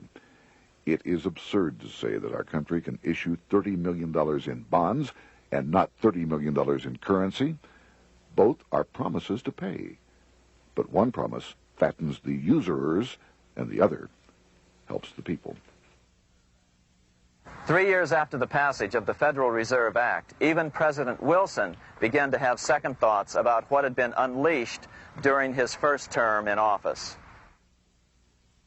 We have come to be one of the worst ruled, one of the most completely controlled governments in the civilized world, no longer a government of free opinion, no longer a government by a vote of the majority, but a government by the opinion and duress of a small group of dominant men. Some of the biggest men in the United States in the field of commerce and manufacture are afraid of something. They know that there is a power somewhere so organized, so subtle, so watchful, so interlocked, so complete, so pervasive, that they had better not speak above their breath when they speak in condemnation of it. Before his death in 1924, President Wilson realized the full extent of the damage he had done to America when he confessed, "I have unwittingly ruined my government." So finally, the money changers, those who profit by manipulating the amount of money in circulation, had their privately owned central bank installed again in America. The major newspapers, which they also owned, hailed passage of the Federal Reserve Act of 1913, telling the public that now depressions could be scientifically prevented. The fact of the matter was that now depressions could be scientifically created.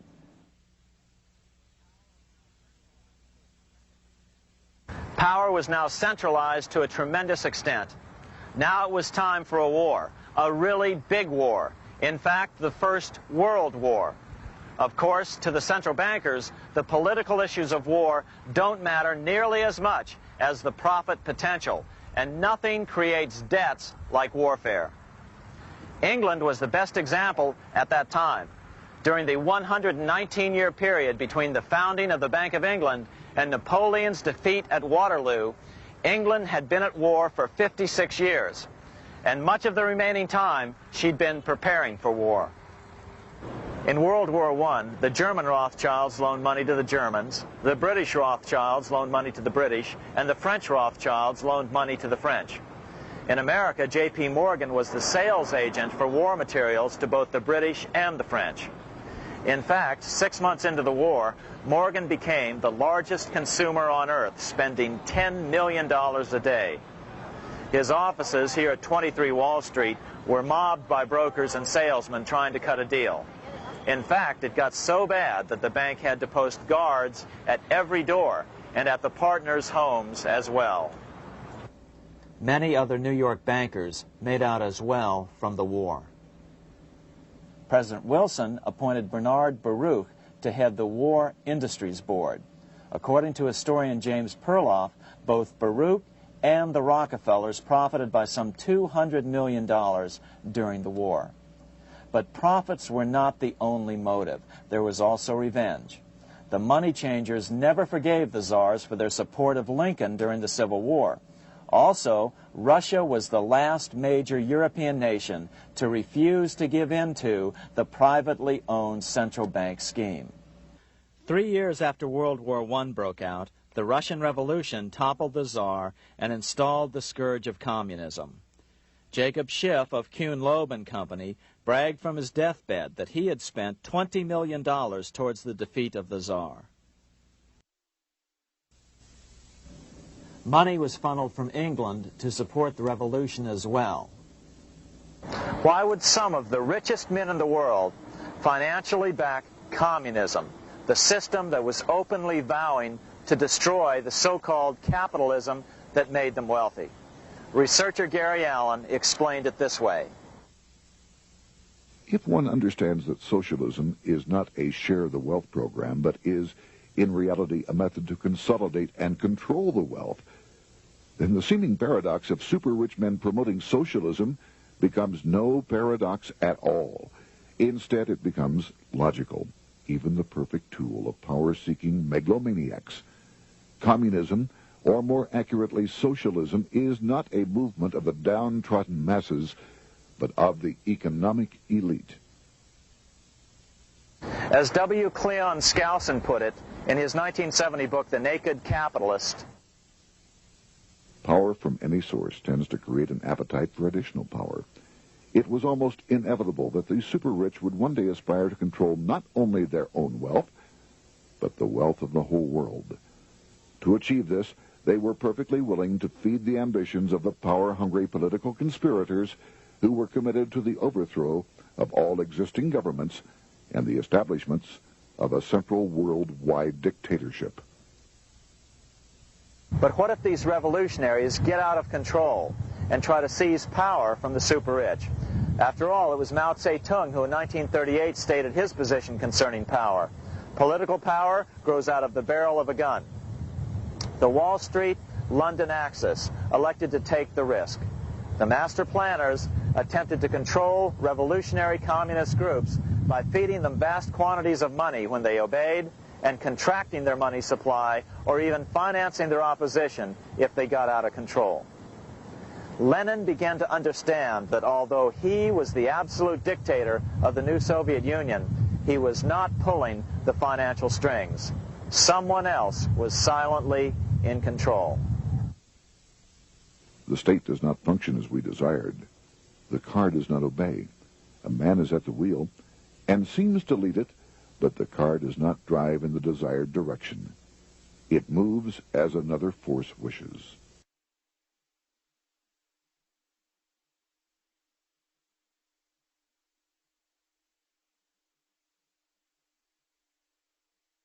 Who is behind it?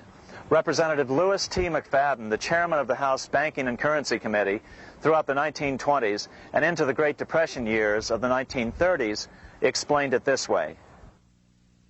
The course of Russian history has indeed been greatly affected by the operations of international bankers. The Soviet government has been given United States Treasury funds by the Federal Reserve Board, acting through the Chase Bank. England has drawn money from us through the Federal Reserve banks and has relent it at high rates of interest to the Soviet government. The Dnipro Dam was built with funds unlawfully taken from the United States Treasury by the corrupt and dishonest Federal Reserve Board and the Federal Reserve banks. In other words, the Fed and the Bank of England, at the behest of the international bankers who controlled them, were creating a monster, one which would fuel 7 decades of unprecedented communist revolution, warfare, and most importantly, debt. In case you think there's some chance that the money changers got communism going and then lost control, in 1992, the Washington Times reported that Russian President Boris Yeltsin was upset that most of the incoming foreign aid was being siphoned off, quote, straight back into the coffers of Western banks in debt service, close quote. No one in his right mind would claim that a war as large as World War I had a single cause. Wars are complex things with many causative factors. But on the other hand, it would also be equally foolish to ignore as a prime cause of World War I those who would profit the most from the war. The role of the money changers is no wild conspiracy theory. They had a motive, a short-ranged, self-serving motive, as well as a long-range political motive of advancing totalitarian governments, with the money changers maintaining the financial clout to control whatever politician might emerge as the leader. Next, we'll see what the money changers' ultimate political goal is for the world.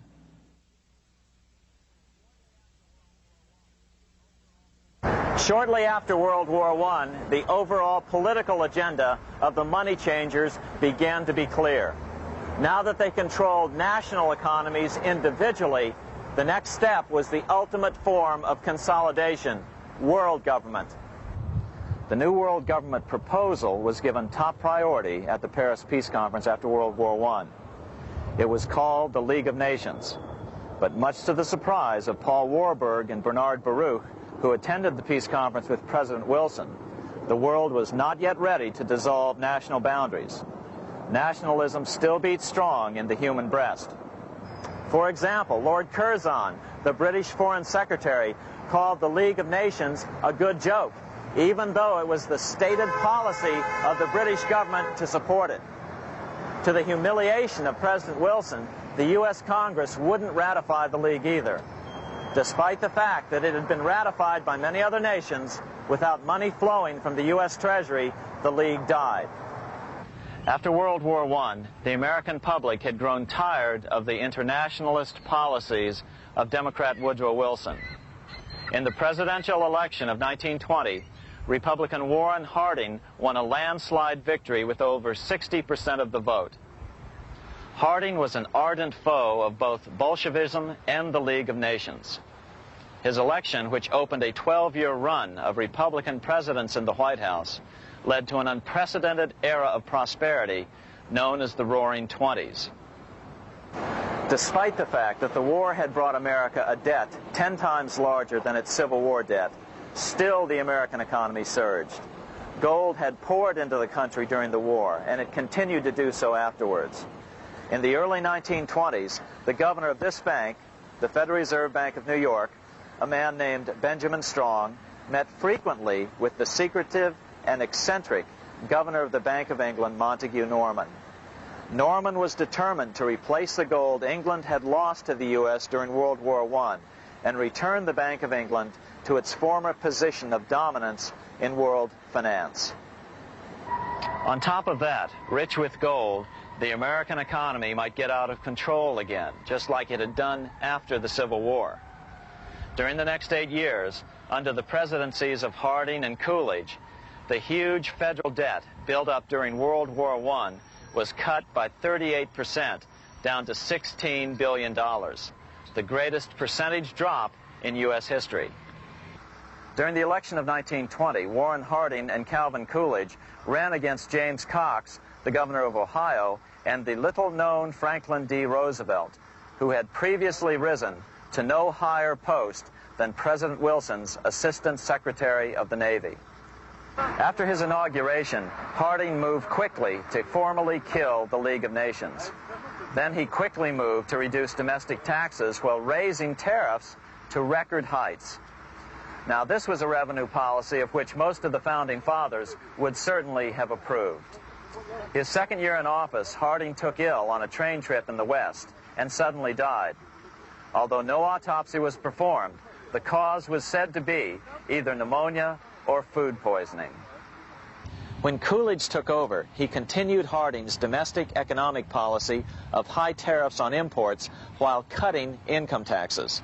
As a result, the economy grew at such a rate that net revenue still increased. Now that had to be stopped. So just as they'd done so frequently before, the money changers decided it was time to crash the American economy. The Federal Reserve began flooding the country with money. They increased the money supply by 62% during these years.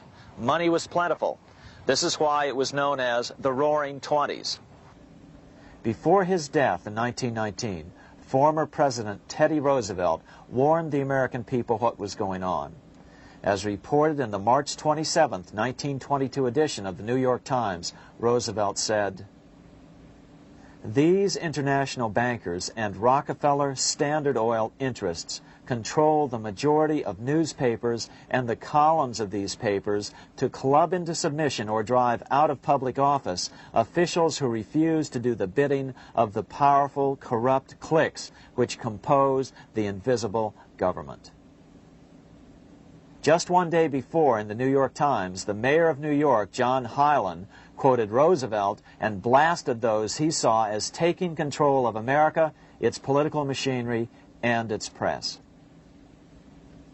The warning of Theodore Roosevelt has much timeliness today, for the real menace of our republic is this invisible government which, like a giant octopus, sprawls its slimy length over city, state, and nation. It seizes in its long and powerful tentacles our executive officers, our legislative bodies, our schools, our courts, our newspapers, and every agency created for the public protection. To depart from mere generalizations, let me say that at the head of this octopus are the Rockefeller Standard Oil interest and a small group of powerful banking houses generally referred to as the international bankers. The little coterie of powerful international bankers virtually run the United States government for their own selfish purposes.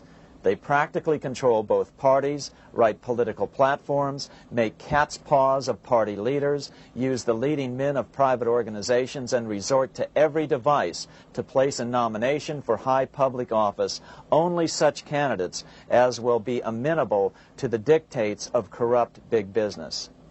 These international bankers and Rockefeller Standard Oil interests control the majority of newspapers and magazines in this country. Why didn't people listen to such strong warnings and demand that Congress reverse its 1913 passage of the Federal Reserve Act? Because remember, it was the 1920s. A steady increase in bank loans contributed to a rising market. In other words, just as it is today, in times of prosperity, no one wants to worry about economic issues. But there was a dark side to all this prosperity. Businesses expanded and became strung out on credit. Speculation in the booming stock market became rampant. Although everything looked rosy, it was a castle made of sand. When all was in readiness, in April of 1929, Paul Warburg, the father of the Federal Reserve, sent out a secret advisory warning his friends that a collapse and nationwide depression was certain. In August of 1929, the Fed began to tighten money. It is not a coincidence that the biographies of all the Wall Street giants of that era, John D. Rockefeller, J.P. Morgan, Bernard Baruch, etc., all marvel that they got out of the stock market just before the crash and put all their assets in cash or gold. On October 24th, 1929, the big New York bankers called in their 24-hour broker call loans. This meant that both stockbrokers and customers had to dump their stocks on the market to cover their loans, no matter what price they had to sell them for. As a result, the market tumbled, and that day was known as Black Thursday.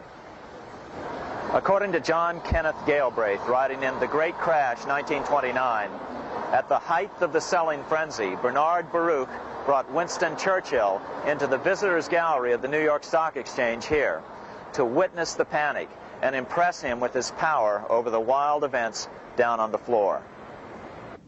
Congressman Louis McFadden, chairman of the House Committee on Banking and Currency from 1920 to 1931, knew who to blame. He accused the Fed and the international bankers of orchestrating the crash. It was not accidental. It was a carefully contrived occurrence. The international bankers sought to bring about a condition of despair here so that they might emerge as rulers of us all. But McFadden went even farther. He openly accused them of causing the crash in order to steal America's gold. In February 1931, in the midst of the Depression, he put it this way. I think it can hardly be disputed that the statesmen and financiers of Europe are ready to take almost any means to reacquire rapidly the gold stock which Europe lost to America as the result of World War I. Curtis Dahl, a broker for Lehman Brothers, was on the floor of the New York Stock Exchange the day of the crash. In his 1970 book, FDR, My Exploited Father-in-Law, he explained that the crash was triggered by the planned sudden shortage of call money in the New York money market. Actually, it was the calculated shearing of the public by the world money powers triggered by the planned sudden shortage of call money in the New York money market. Within a few weeks, $3 billion of wealth simply seemed to vanish. Within a year, $40 billion had been lost. But did it really disappear? Or was it simply consolidated in fewer hands? And what did the Federal Reserve do? Instead of moving to help the economy out by quickly lowering interest rates to stimulate the economy, the Fed continued to brutally contract the money supply further, deepening the Depression. Between 1929 and 1933, the Fed reduced the money supply by an additional 33%. Although most Americans have never heard that the Fed was the cause of the Depression, this is well known among top economists. Milton Friedman, the Nobel Prize-winning economist, now of Stanford University, said the same thing in a National Public Radio interview in January of 1996. The Federal Reserve definitely caused the Great Depression by contracting the amount of currency in circulation by 1/3 from 1929 to 1933. But the money lost by most Americans during the Depression didn't just vanish. It was just redistributed into the hands of those who had gotten out just before the crash and had purchased gold, which is always a safe place to put your money just before a depression.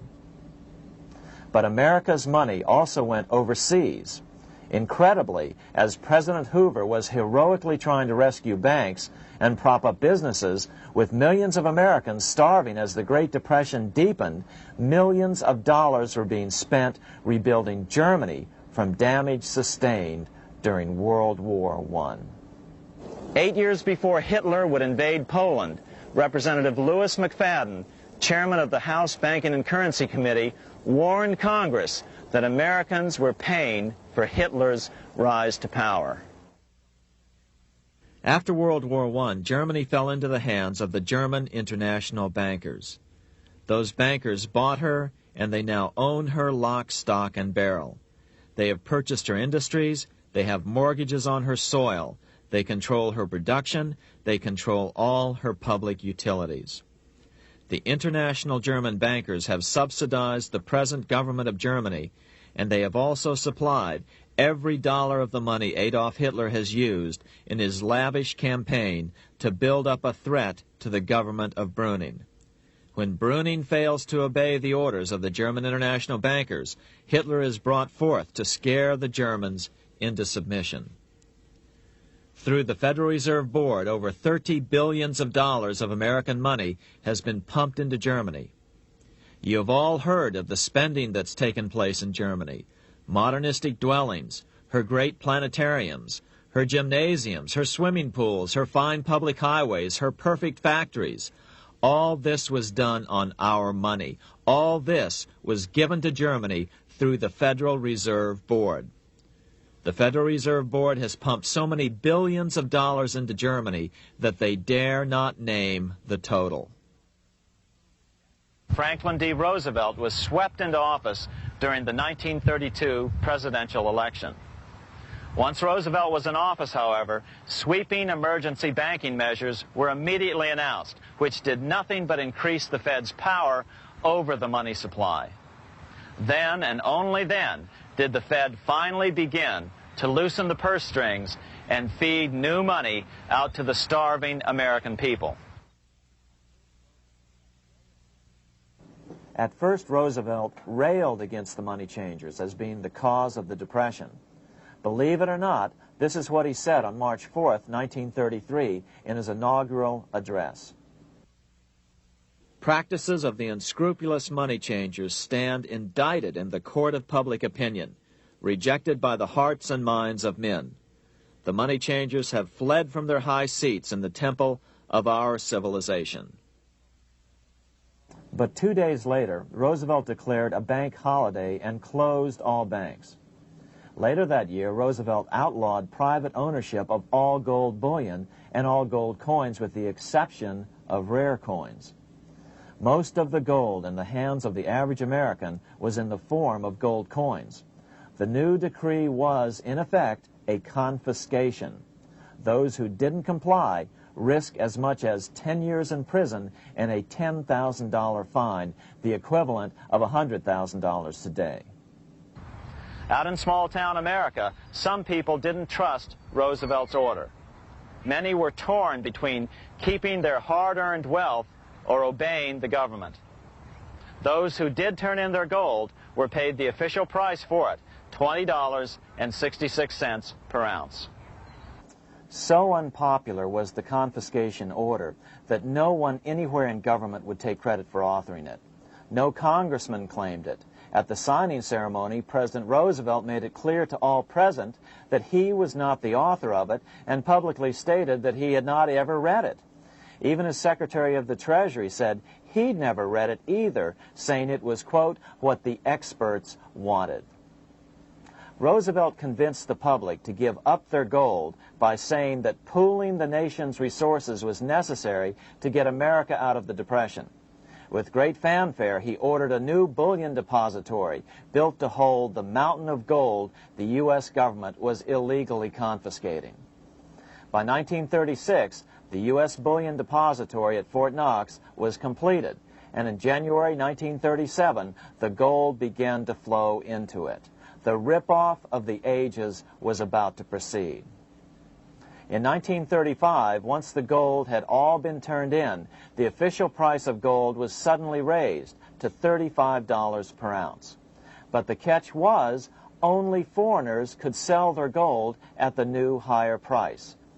The money changers who had heeded Warburg's note and gotten out of the stock market just before the crash and bought gold at $20.66 per ounce, then shipped it to London, could now bring it back and sell it back to the government, nearly doubling their money while the average American starved.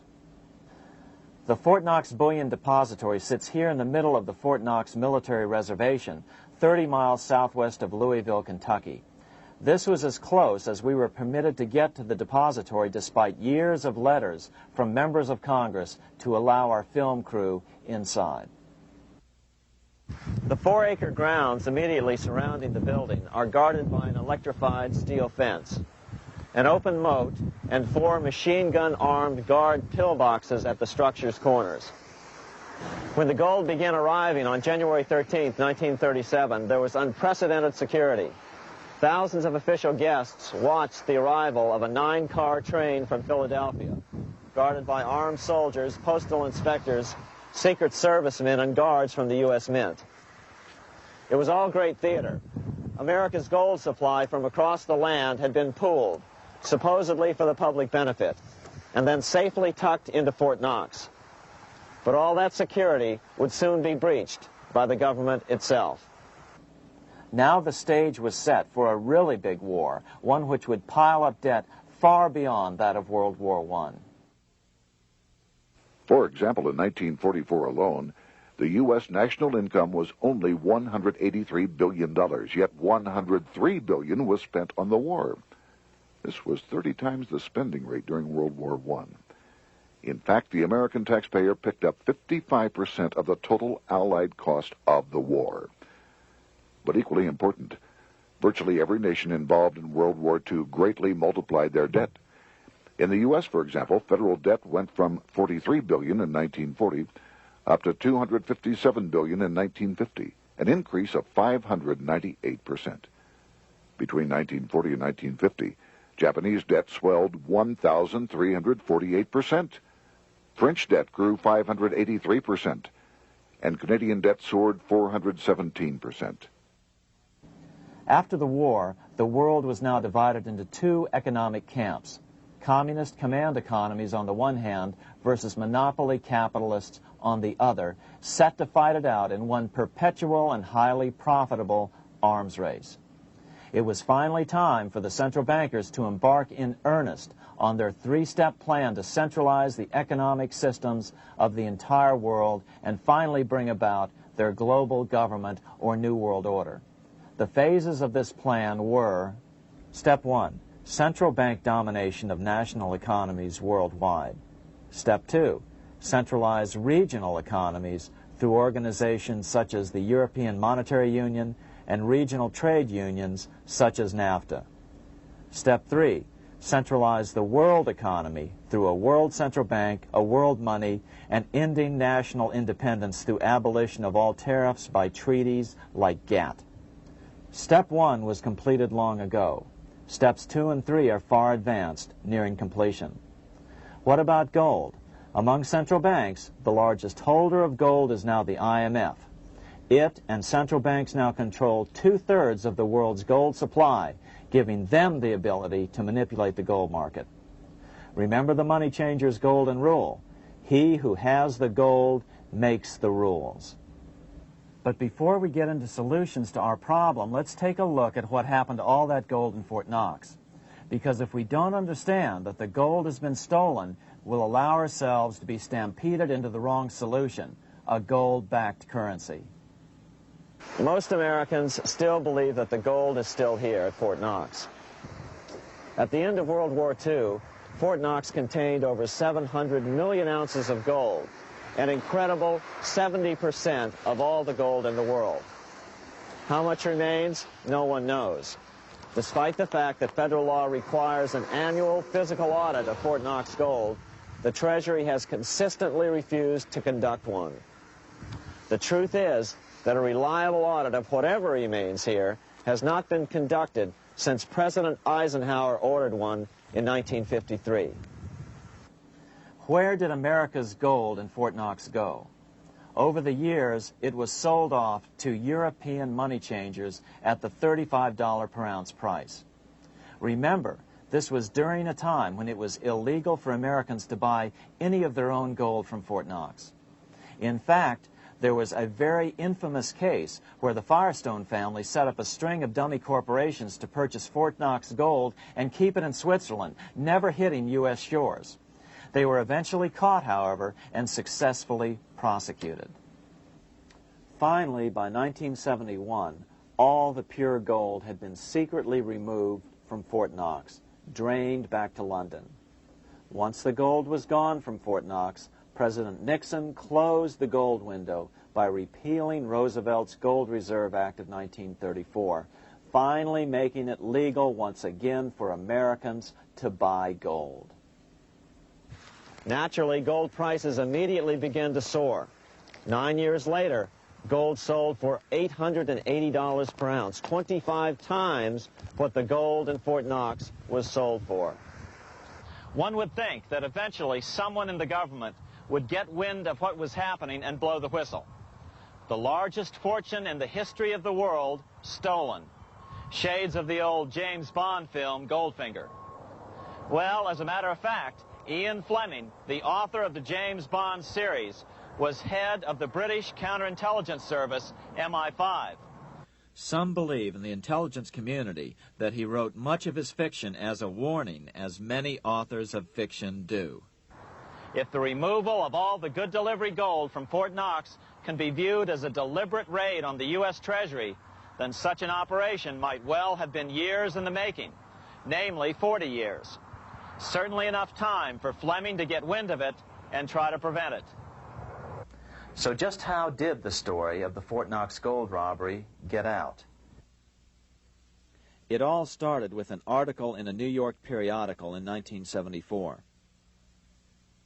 The article charged that the Rockefeller family was manipulating the Federal Reserve to sell off Fort Knox gold at bargain basement prices to anonymous European speculators. 3 days later, the anonymous source of the story, Louise Auchincloss Boyer, mysteriously fell to her death from the window of her 10th floor apartment in New York. How would Mrs. Boyer have known of the Rockefeller connection to the Fort Knox gold heist? She was the longtime secretary of Nelson Rockefeller. For the next 14 years, this man, Ed Durrell, a wealthy Ohio industrialist, devoted himself to a quest for the truth concerning the Fort Knox gold. He wrote thousands of letters to over 1,000 government and banking officials, trying to find out how much gold was really left and where the rest of it had gone. Edith Roosevelt, the granddaughter of President Teddy Roosevelt, questioned the actions of the government in a March 1975 edition of the New Hampshire Sunday News. Allegations of missing gold from our Fort Knox vaults are being widely discussed in European financial circles. But what is puzzling is that the administration is not hastening to demonstrate conclusively that there is no cause for concern over our gold treasure, if indeed it is in a position to do so. Unfortunately, Ed Durrell never did accomplish his primary goal, a full audit of the gold reserves in Fort Knox. It's incredible that the world's greatest treasure has had little accounting or auditing. This gold belonged to the American people, not the Federal Reserve and their foreign owners. One thing is certain, the government could blow all of this speculation away in a few days with a well-publicized audit under the searing lights of media cameras. it has chosen not to do so. One must conclude that they are afraid of the truth such an audit would reveal. What is the government so afraid of? Here's the answer. When President Ronald Reagan took office in 1981, his conservative friends urged him to study the feasibility of returning to a gold standard as the only way to curb government spending. It sounded like a reasonable alternative, so President Reagan appointed a group of men called the Gold Commission to study the situation and report back to Congress. What Reagan's Gold Commission reported back to Congress in 1982 was the following shocking revelation concerning gold. The U.S. Treasury owned no gold at all. All the gold that was left in Fort Knox was now owned by the Federal Reserve, a group of private bankers, as collateral against the national debt. The truth of the matter is that never before has so much money been stolen from the hands of the general public and put into the hands of a small group of private investors, the money changers.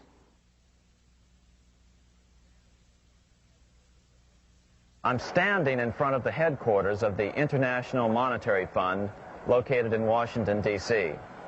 Across the street, right over there, is the headquarters of the World Bank. What are these organizations and who controls them? And most importantly, are they about to create a huge worldwide depression? Let us step back in time for a moment to the aftermath of World War I. People were tired of war, so under the guise of peacemaking, the international bankers devised a plan to consolidate power even further. Claiming only an international government would stem the tide of world wars, the money changers pushed forward a proposal for world government which stood on three legs. A world central bank to be called the Bank of International Settlements, a world judiciary to be called the World Court located in The Hague, the Netherlands, and a world executive and legislature to be called the League of Nations. As President Clinton's mentor, Georgetown historian Carroll Quigley wrote in his 1966 book, Tragedy and Hope, the powers of financial capitalism had a far-reaching plan, nothing less than to create a world system of financial control in private hands, able to dominate the political system of each country and the economy of the world as a whole. This system was to be controlled in a feudalistic fashion by the central banks of the world, acting in concert by secret agreements arrived at in frequent meetings and conferences. The apex of the system was to be the Bank for International Settlements in Basel, Switzerland, a private bank owned and controlled by the world central banks, which were themselves private corporations. Each central bank sought to dominate its government by its ability to control treasury loans, to manipulate foreign exchanges, to influence the level of economic activity in the country, and to influence cooperative politicians by subsequent economic rewards in the business world. Despite intense pressure from the international bankers and the press, a handful of U.S. senators, led by Senator Henry Cabot Lodge, kept the U.S. out of these schemes. Without U.S. participation, the League was doomed. Incredibly, even though the U.S. rejected the World Central Bank, the BIS, the New York Federal Reserve ignored its government and arrogantly sent representatives to Switzerland to participate in the central bankers' meeting right up until 1994, when the U.S. was finally officially dragged into it. Their world government schemes thwarted, the bankers resorted to the old formula, another war to wear down the resistance to world government while reaping handsome profits. To this end, Wall Street helped resurrect Germany through the Thyssen banks, which were affiliated with the Harriman interest in New York, just as the Chase Bank had assisted in the financing of the Bolshevik Revolution in Russia during World War I. Chase Bank was controlled by the Rockefeller family. Subsequently, it was merged with Warburg's Manhattan Bank to form the Chase Manhattan Bank. Now this has merged with Chemical Bank of New York, making it the largest Wall Street bank. Their strategy worked. Even before World War II was over, world government was back on track. In 1944, at Bretton Woods, New Hampshire, the International Monetary Fund and the World Bank were approved with full U.S. participation. The Second League of Nations, renamed the United Nations, was approved in 1945. Soon, a new international court system was functioning as well. All effective opposition to these international bodies before the war had evaporated in the heat of war, just as planned. These new organizations simply repeated on a world scale what the National Banking Act of 1864 and the Federal Reserve Act of 1913 had established in the U.S. They created a banking cartel composed of the world's central banks, which gradually assumed the power to dictate credit policies to the banks of all the nations. For example, just as the Federal Reserve Act authorized the creation of a new national fiat currency called Federal Reserve Notes, the IMF has been given the authority to issue a world fiat money called Special Drawing Rights, or SDRs. To date, the IMF has created in excess of $30 billion worth of SDRs. Member nations are being pressured to make their currencies fully exchangeable for SDRs. In 1968, Congress approved laws authorizing the Fed to accept SDRs as reserves in the U.S. and to issue Federal Reserve notes in exchange for SDRs. What does that mean? It means that in the U.S., SDRs are already a part of our lawful money. And what about gold? SDRs are already partially backed by gold. And with 2/3 of world gold now in the hands of central banks, the money changers can go about structuring the world's economic future in whichever way they deem most profitable. Keep in mind, just as the Fed is controlled by its Board of Governors, the IMF is controlled by its Board of Governors, which are either the heads of the different central banks or the heads of the various national treasury departments dominated by their central banks. Voting power in the IMF gives the U.S. and the U.K., that is to say the Fed and the Bank of England, effective control. Just as the Fed controls the amount of money in the U.S., the BIS, IMF, and World Bank control the money supply for the world. So we see the repetition of the old goldsmith's fraud replicated on the national scale with central banks like the Fed and on the international scale by the three arms of the world central bank. Is this organization of the BIS, the IMF, and the World Bank, which we refer to collectively as the World Central Bank, presently expanding and contracting world credit? Yes. Regulations put into effect in 1988 by the BIS required the world's bankers to raise their capital and reserves to 8% of liabilities by 1992. Increased capital requirements put an upper limit to the fractional reserve lending, similar to the way cash reserve requirements do. What has this seemingly insignificant regulation made in a Swiss city 8 years ago meant to the world? It means our banks cannot loan more and more money to buy more and more time before the next depression, as a maximum loan ratio is now set. It means those nations with the lowest bank reserves in their systems have already felt the terrible effects of this credit contraction as their banks scrambled to raise money to increase their reserves to 8%. To raise the money, they had to sell stocks, which depressed their stock markets and began the depression first in their countries.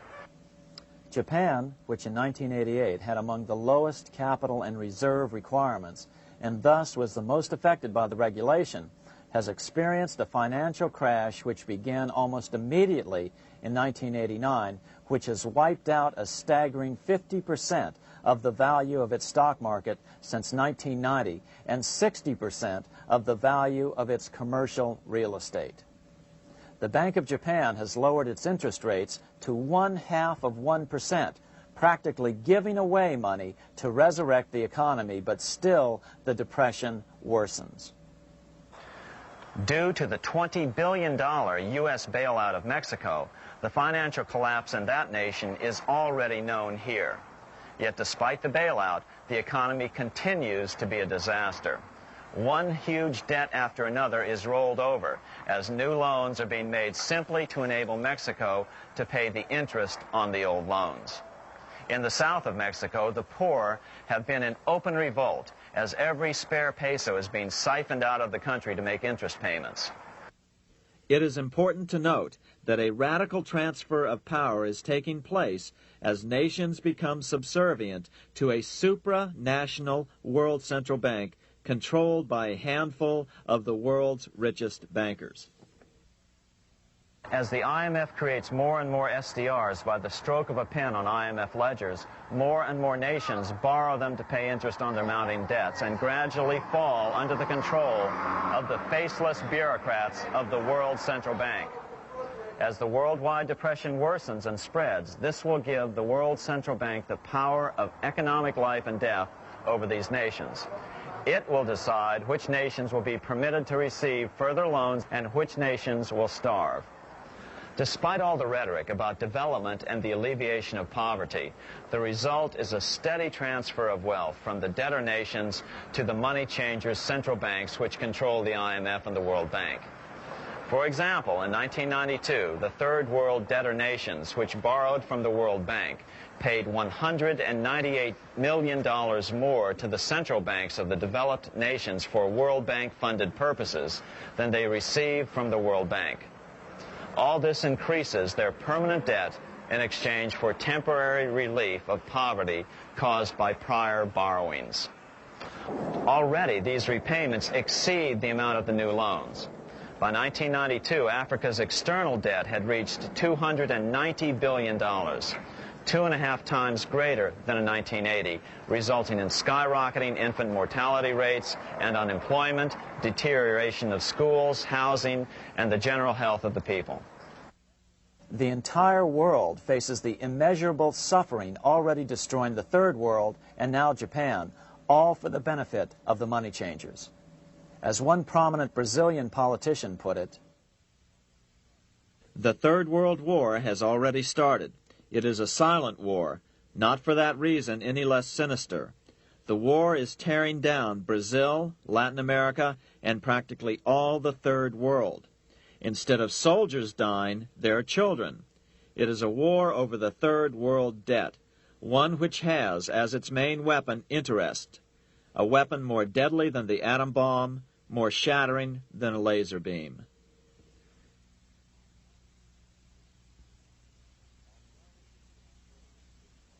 Although it would be absurd to ignore the pivotal role played by influential families such as the Rothschilds, the Warburgs, the Schiffs, the Morgans, and the Rockefellers in any review of the history of central banking and fractional banking, keep in mind, by now, central banks and the large commercial banks are up to 3 centuries old and deeply entrenched in the economic life of many nations.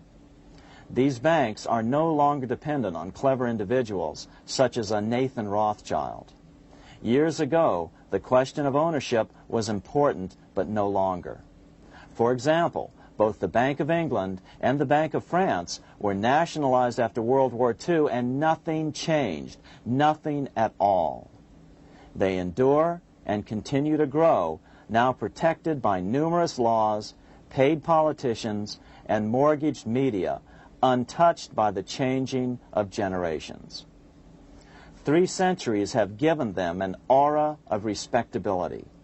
The old school tie is now worn by the 6th generation son, who's been raised in a system that he may never question as he is named to serve on the governing boards of countless philanthropic organizations.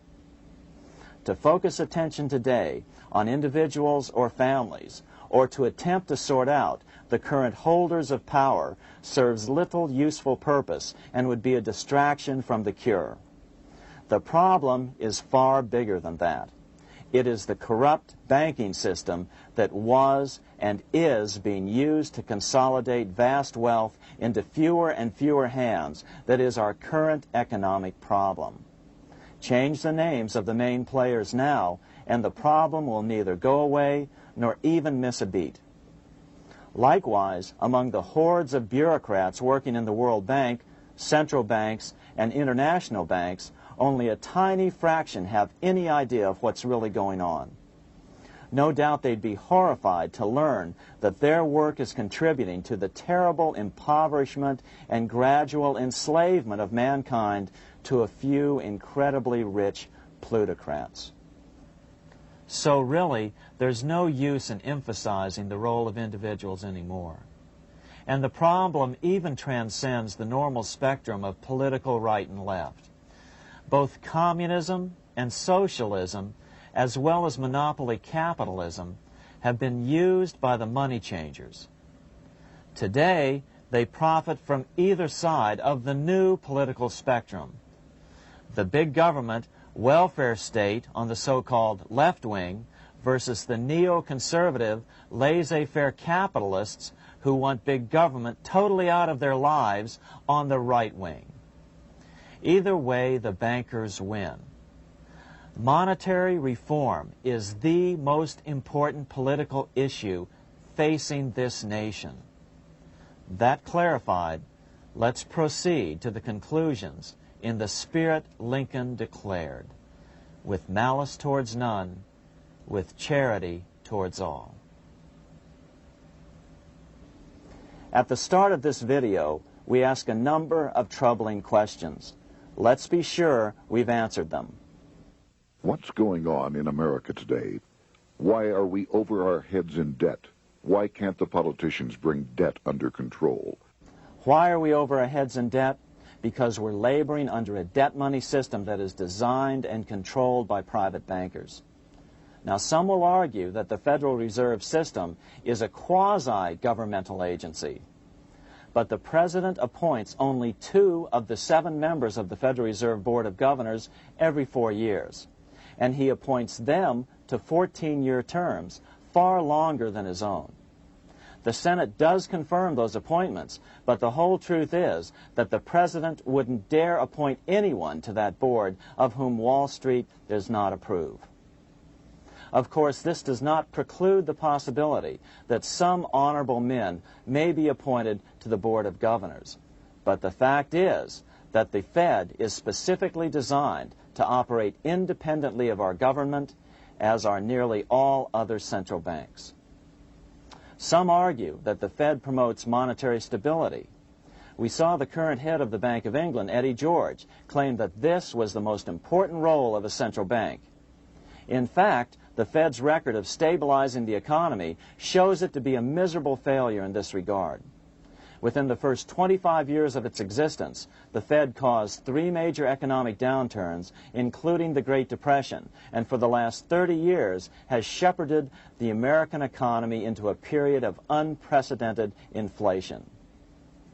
Again, this is not some wild conspiracy theory. It's a well-known fact among top economists. As Nobel Prize-winning economist Milton Friedman put it, the stock of money, prices, and output was decidedly more unstable after the establishment of the Federal Reserve System than before. The most dramatic period of instability in output was, of course, the period between the 2 wars, which includes the severe monetary contractions of 1920-21, 1929-33, and 1937-38. No other 20-year period in American history contains as many as 3 such severe contractions. This evidence persuades me that at least a third of the price rise during and just after World War I is attributable to the establishment of the Federal Reserve System, and that the severity of each of the major contractions, 1920-21, 1929-33, and 1937-38, is directly attributable to acts of commission and omission by the reserve authorities. Any system which gives so much power and so much discretion to a few men so that mistakes, excusable or not, can have such far-reaching effects is a bad system. It is a bad system to believers in freedom just because it gives a few men such power without any effective check by the body politic. This is the key political argument against an independent central bank. To paraphrase Clemenceau, money is much too serious a matter to be left to the central bankers. We must learn from our history before it is too late. Why can't politicians control the federal debt? Because all our money is created out of debt. Again, it's a debt money system. Our money is created initially by the purchase of U.S. bonds. The public buys bonds like savings bonds, the banks buy bonds, foreigners buy bonds, and when the Fed wants to create more money in the system, it buys bonds, but pays for them with a simple bookkeeping entry which it creates out of nothing. Then this new money, created by the Fed, is multiplied by a factor of 10 by the banks thanks to the fractional reserve principle. So although the banks don't create currency, they do create checkbook money or deposits by making new loans. They even invest some of this created money. In fact, over $1 trillion of this privately created money has been used to purchase U.S. bonds on the open market, which provides the banks with roughly $50 billion in interest, risk-free, each year, less the interest they pay to some depositors. In this way, through fractional reserve lending, banks create over 90% of the money and therefore cause over 90% of our inflation. What can we do about all this? Fortunately, there's a way to fix the problem fairly easily, speedily, and without any serious financial problems. We can get our country totally out of debt in 1 to 2 years by simply paying off these U.S. bonds with debt-free U.S. notes, just like Lincoln issued. Of course, that by itself would create tremendous inflation, since our currency is presently multiplied by the fractional reserve banking system. But here's the ingenious solution, advanced in part by Milton Friedman, to keep the money supply stable and avoid inflation and deflation while the debt is retired. As the Treasury buys up its bonds on the open market with U.S. notes, the reserve requirements of your hometown local bank will be proportionally raised, so the amount of money in circulation remains constant. As those holding bonds are paid off in U.S. notes, they will deposit this money, thus making available the currency then needed by the banks to increase their reserves. Once all the U.S. bonds are replaced with U.S. notes, banks will be at 100% reserve banking instead of the fractional reserve system currently in use. From this point on, the former Fed buildings will only be needed as a central clearinghouse for checks and as vaults for U.S. notes. The Federal Reserve Act will no longer be necessary and could be repealed. Monetary power can be transferred back to the Treasury Department. There would be no further creation or contraction of money by banks. By doing it this way, our national debt can be paid off in a single year or so, and the Fed and fractional reserve banking abolished, without national bankruptcy, financial collapse, inflation or deflation, or any significant change in the way the average American goes about his business. To the average person, the primary difference would be that for the first time since the Federal Reserve Act was passed in 1913, taxes would begin to go down. Now there's a real national blessing for you, rather than for Hamilton's banker friends. Now let's take a look at these proposals in more detail. Here are the main provisions of a Monetary Reform Act which needs to be passed by Congress. We've drafted a proposed Monetary Reform Act which follows at the end of this tape. Of course, variations with the same results would be equally welcome. 1. Pay off the debt with debt-free U.S. notes. As Thomas Edison put it, if the U.S. can issue a dollar bond, it can issue a dollar bill. They both rest purely on the faith and credit of the United States government. This amounts to a simple substitution of one type of government obligation for another. One bears interest, the other doesn't. Federal Reserve notes could be used for this as well, but could not be printed after the Fed's abolished as we propose, so we suggest using U.S. notes instead. 2. Abolish fractional reserve banking. As the debt is paid off, the reserve requirements of all banks and financial institutions would be raised proportionally at the same time to absorb the new U.S. notes, which would be deposited and become the bank's increased reserves. Towards the end of the first year of the transition period, the remaining liabilities of financial institutions would be assumed or acquired by the U.S. government in a one-time operation. In other words, they too would eventually be paid off with debt-free U.S. notes in order to keep the total money supply stable. At the end of the first year or so, all of the national debt would be paid, and we could start enjoying the benefits of full reserve banking. The Fed would be obsolete, an anachronism. 3.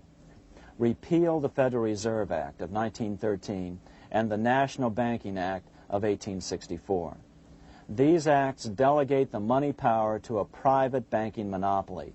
They must be repealed, and the money power handed back to the Department of Treasury, where they were initially under President Abraham Lincoln. No banker or person in any way affiliated with financial institutions should be allowed to regulate banking. After the first two reforms, these acts would serve no useful purpose anyway, since they relate to a fractional reserve banking system. 4. Withdraw the U.S. from the IMF, the BIS, and the World Bank. These institutions, like the Federal Reserve, are designed to further centralize the power of the international bankers over the world's economy, and the U.S. must withdraw from them. Their harmless functions, such as currency exchange, can be accomplished either nationally or in new organizations limited to those functions. Such a monetary reform act would guarantee that the amount of money in circulation would stay very stable, causing neither inflation nor deflation. Remember, for the last 3 decades, the Fed has doubled the American money supply every 10 years. That fact and fractional reserve banking are the real causes of inflation and the reduction in our buying power, a hidden tax. These and other taxes are the real reasons both parents now have to work just to get by. The money supply should increase slowly to keep prices stable, roughly in proportion to population growth, about 3% per year, not at the whim of a group of bankers meeting in secret. In fact, all future decisions on how much money will be in the American economy must be made based on statistics of population growth and the price level index. The new monetary regulators and the Treasury Department, perhaps called the Monetary Committee, would have absolutely no discretion in this matter except in time of declared war. This would ensure a steady, stable money growth of roughly 3% per year, resulting in stable prices and no sharp changes in the money supply. To make certain the process is completely open and honest, all deliberations would be public, not secret, as meetings of the Fed's Board of Governors are today. How do we know this will work? Because these steps remove the 2 major causes of economic instability, the Fed and fractional reserve banking, and the newest one as well, the BIS, Bank of International Settlements. But most importantly, the danger of a severe depression would be eliminated. Let's listen to Milton Friedman on the single cause of severe economic depressions. I know of no severe depression in any country or any time that was not accompanied by a sharp decline in the stock of money, and equally of no sharp decline in the stock of money that was not accompanied by a severe depression. Issuing our own currency is not a radical solution. It's been advocated by Presidents Jefferson, Madison, Jackson, Van Buren, and Lincoln. But it's been used at different times throughout Europe as well. Perhaps the best example is one of the small islands off the coast of France in the English Channel. Called Guernsey, It's been using debt-free money issues to pay for large building projects for nearly 200 years. Here we are on Guernsey, and this is the Guernsey flower and vegetable market. Guernsey is one of the most successful examples of just how well a debt-free money system can work. In 1815, a committee was appointed to investigate how best to finance this new market. The impoverished island could not afford more new taxes, so the state's fathers decided to try a revolutionary idea: issue their own paper money. They were just colorful paper notes, backed by nothing, but the people of this tiny island agreed to accept them and trade with them. To be sure they circulated widely, they were declared to be good for the payment of taxes. Of course, this idea was nothing new. It was exactly what America had done before the American Revolution, and there are many other examples throughout the world. But it was new to Guernsey, and it worked miracles. This market is still in use, and remember, it was built for no debt to the people of this island state. But what if we follow Guernsey's example? How would the bankers react to these reforms? Certainly the international bankers' cartel will oppose reforms that do away with their control of the world's economies as they have in the past.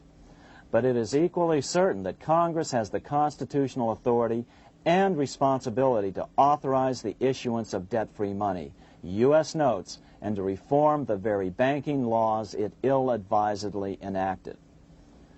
Undoubtedly, the bankers will claim that issuing debt-free money will cause severe inflation or make other dire predictions. But remember, it is fractional reserve banking which is the real cause of over 90% of all inflation, not whether debt-free U.S. notes are used to pay for government deficits.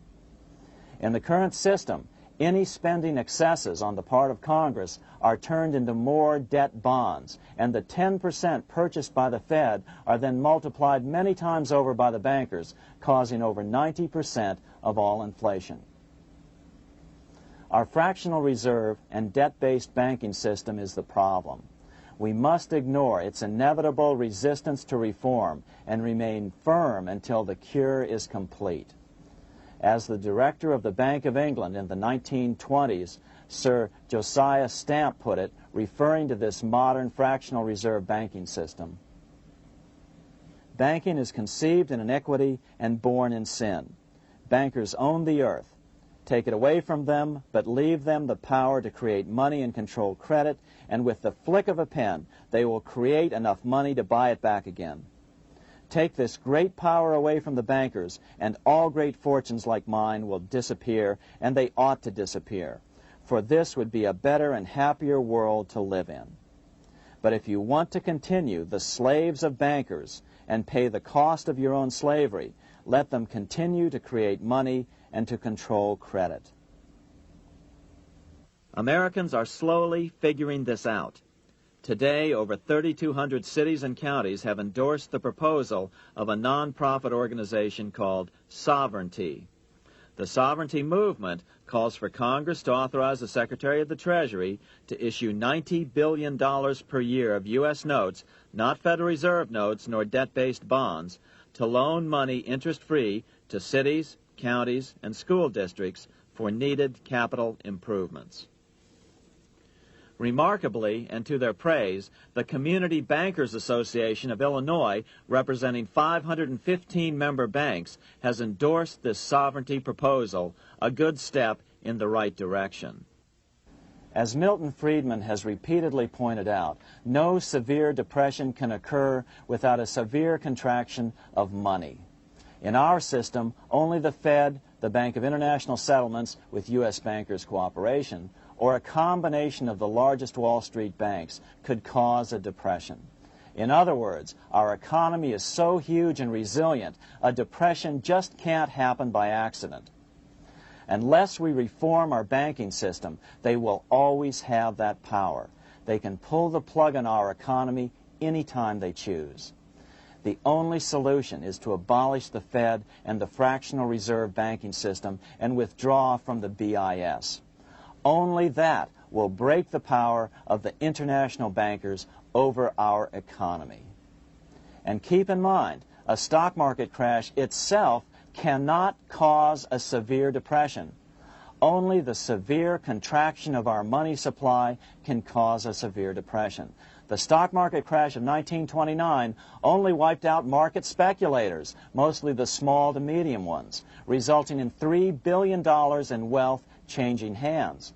But it served as a smokescreen for a 33% contraction in credit by the Fed over the next 4 years, which resulted in over $40 billion in wealth from the American middle class being transferred to the big banks.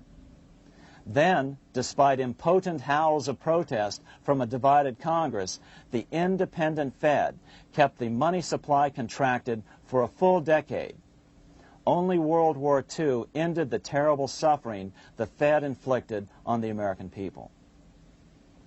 In a depression, the remaining wealth of the debt-burdened American middle class will be wiped out by unemployment, declining wages, and the resulting foreclosures.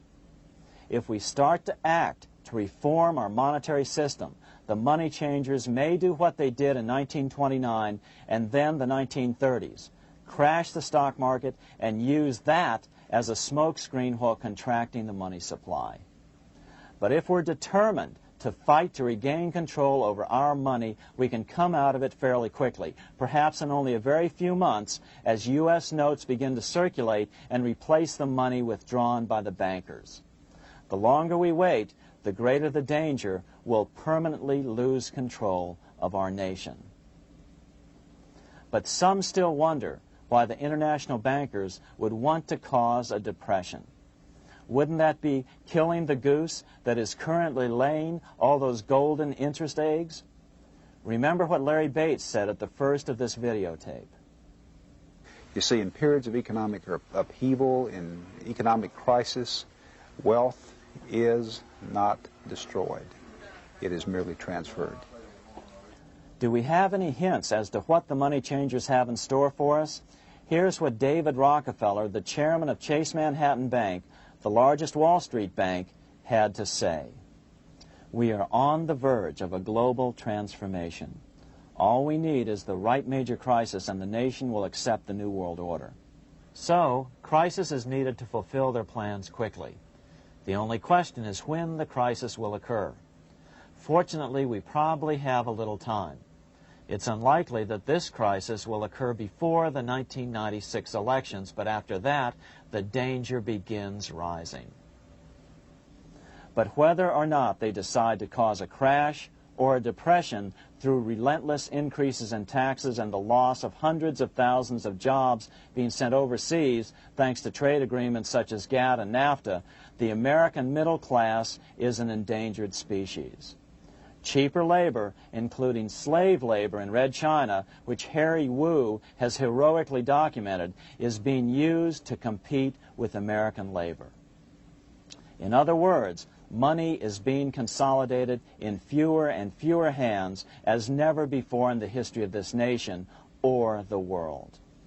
Without reform, the American middle class will soon be extinct, leaving only the very rich few and the very many poor, as has already occurred in most of the world. We've been warned of all this by congressmen, presidents, industrialists, and economists down through the years. Religious leaders, too, have seen the danger. About 1898, during the time of William Jennings Bryan, Pope Leo XIII put it this way. On the one side, there is the party which holds the power because it holds the wealth, which has in its grasp all labor and all trade, which manipulates for its own benefit and its own purposes all the sources of supply, and which is powerfully represented in the councils of state itself. On the other side, there is the needy and powerless multitude, sore and suffering. Rapacious usury, which, although more than once condemned by the Church, is nevertheless under a different form, but with the same guilt, still practiced by avaricious and grasping men, so that a small number of very rich men have been able to lay upon the masses of the poor a yoke little better than slavery itself. More recently, during America's Great Depression, Pope Pius XI spoke of the same problem. In our days, not alone is wealth accumulated, but immense power and despotic economic domination is concentrated in the hands of a few. This power becomes particularly irresistible when exercised by those who, because they hold and control money, are able also to govern credit and determine its allotment. For this reason, supplying, so to speak, the lifeblood to the entire economic body and grasping, as it were, in their hands the very soul of the economy, so that no one dare breathe against their will. Educate your friends.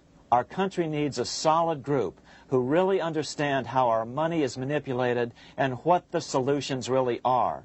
Because if a depression comes, there will be those who call themselves conservatives who will come forward advancing solutions framed by the international bankers. Beware of calls to return to a gold standard. Why? Simple. Because never before has so much gold been so concentrated outside of American hands.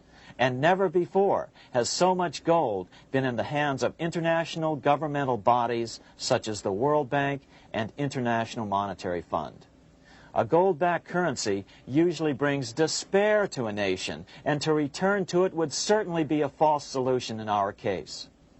Remember, we had a gold-backed currency in 1929 and during the first 4 years of the Great Depression.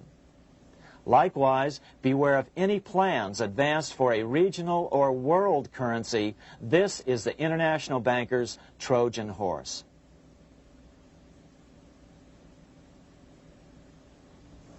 Educate your member of Congress. It only takes a few persuasive members to make the others pay attention. Most congressmen just don't understand the system. Some understand it, but are so influenced by bank-packed contributions that they ignore it, not realizing the gravity of their neglect. We hope we've made a valuable contribution to the national debate on monetary reform. It remains for each man to do his duty, consistent with his state in life. May God give us the light to help reform our nation and ourselves. We say ourselves because ultimately vast multitudes of men are going to be driven more and more to desperation by the accumulation of the world's wealth in fewer and fewer hands. Men will tend to become like their oppressors, selfish and greedy. Rather, let's keep in mind during this period of reform a warning not to lose sight of greater things, as Pope Pius XI put it. For what will it profit men that a more prudent distribution and use of riches make it possible for them to gain even the whole world, if thereby they suffer the loss of their own souls? What will it profit to teach them sound principles in economics, if they permit themselves to be so swept away by selfishness, by unbridled and sordid greed, that hearing the commandments of the Lord, they do all things contrary?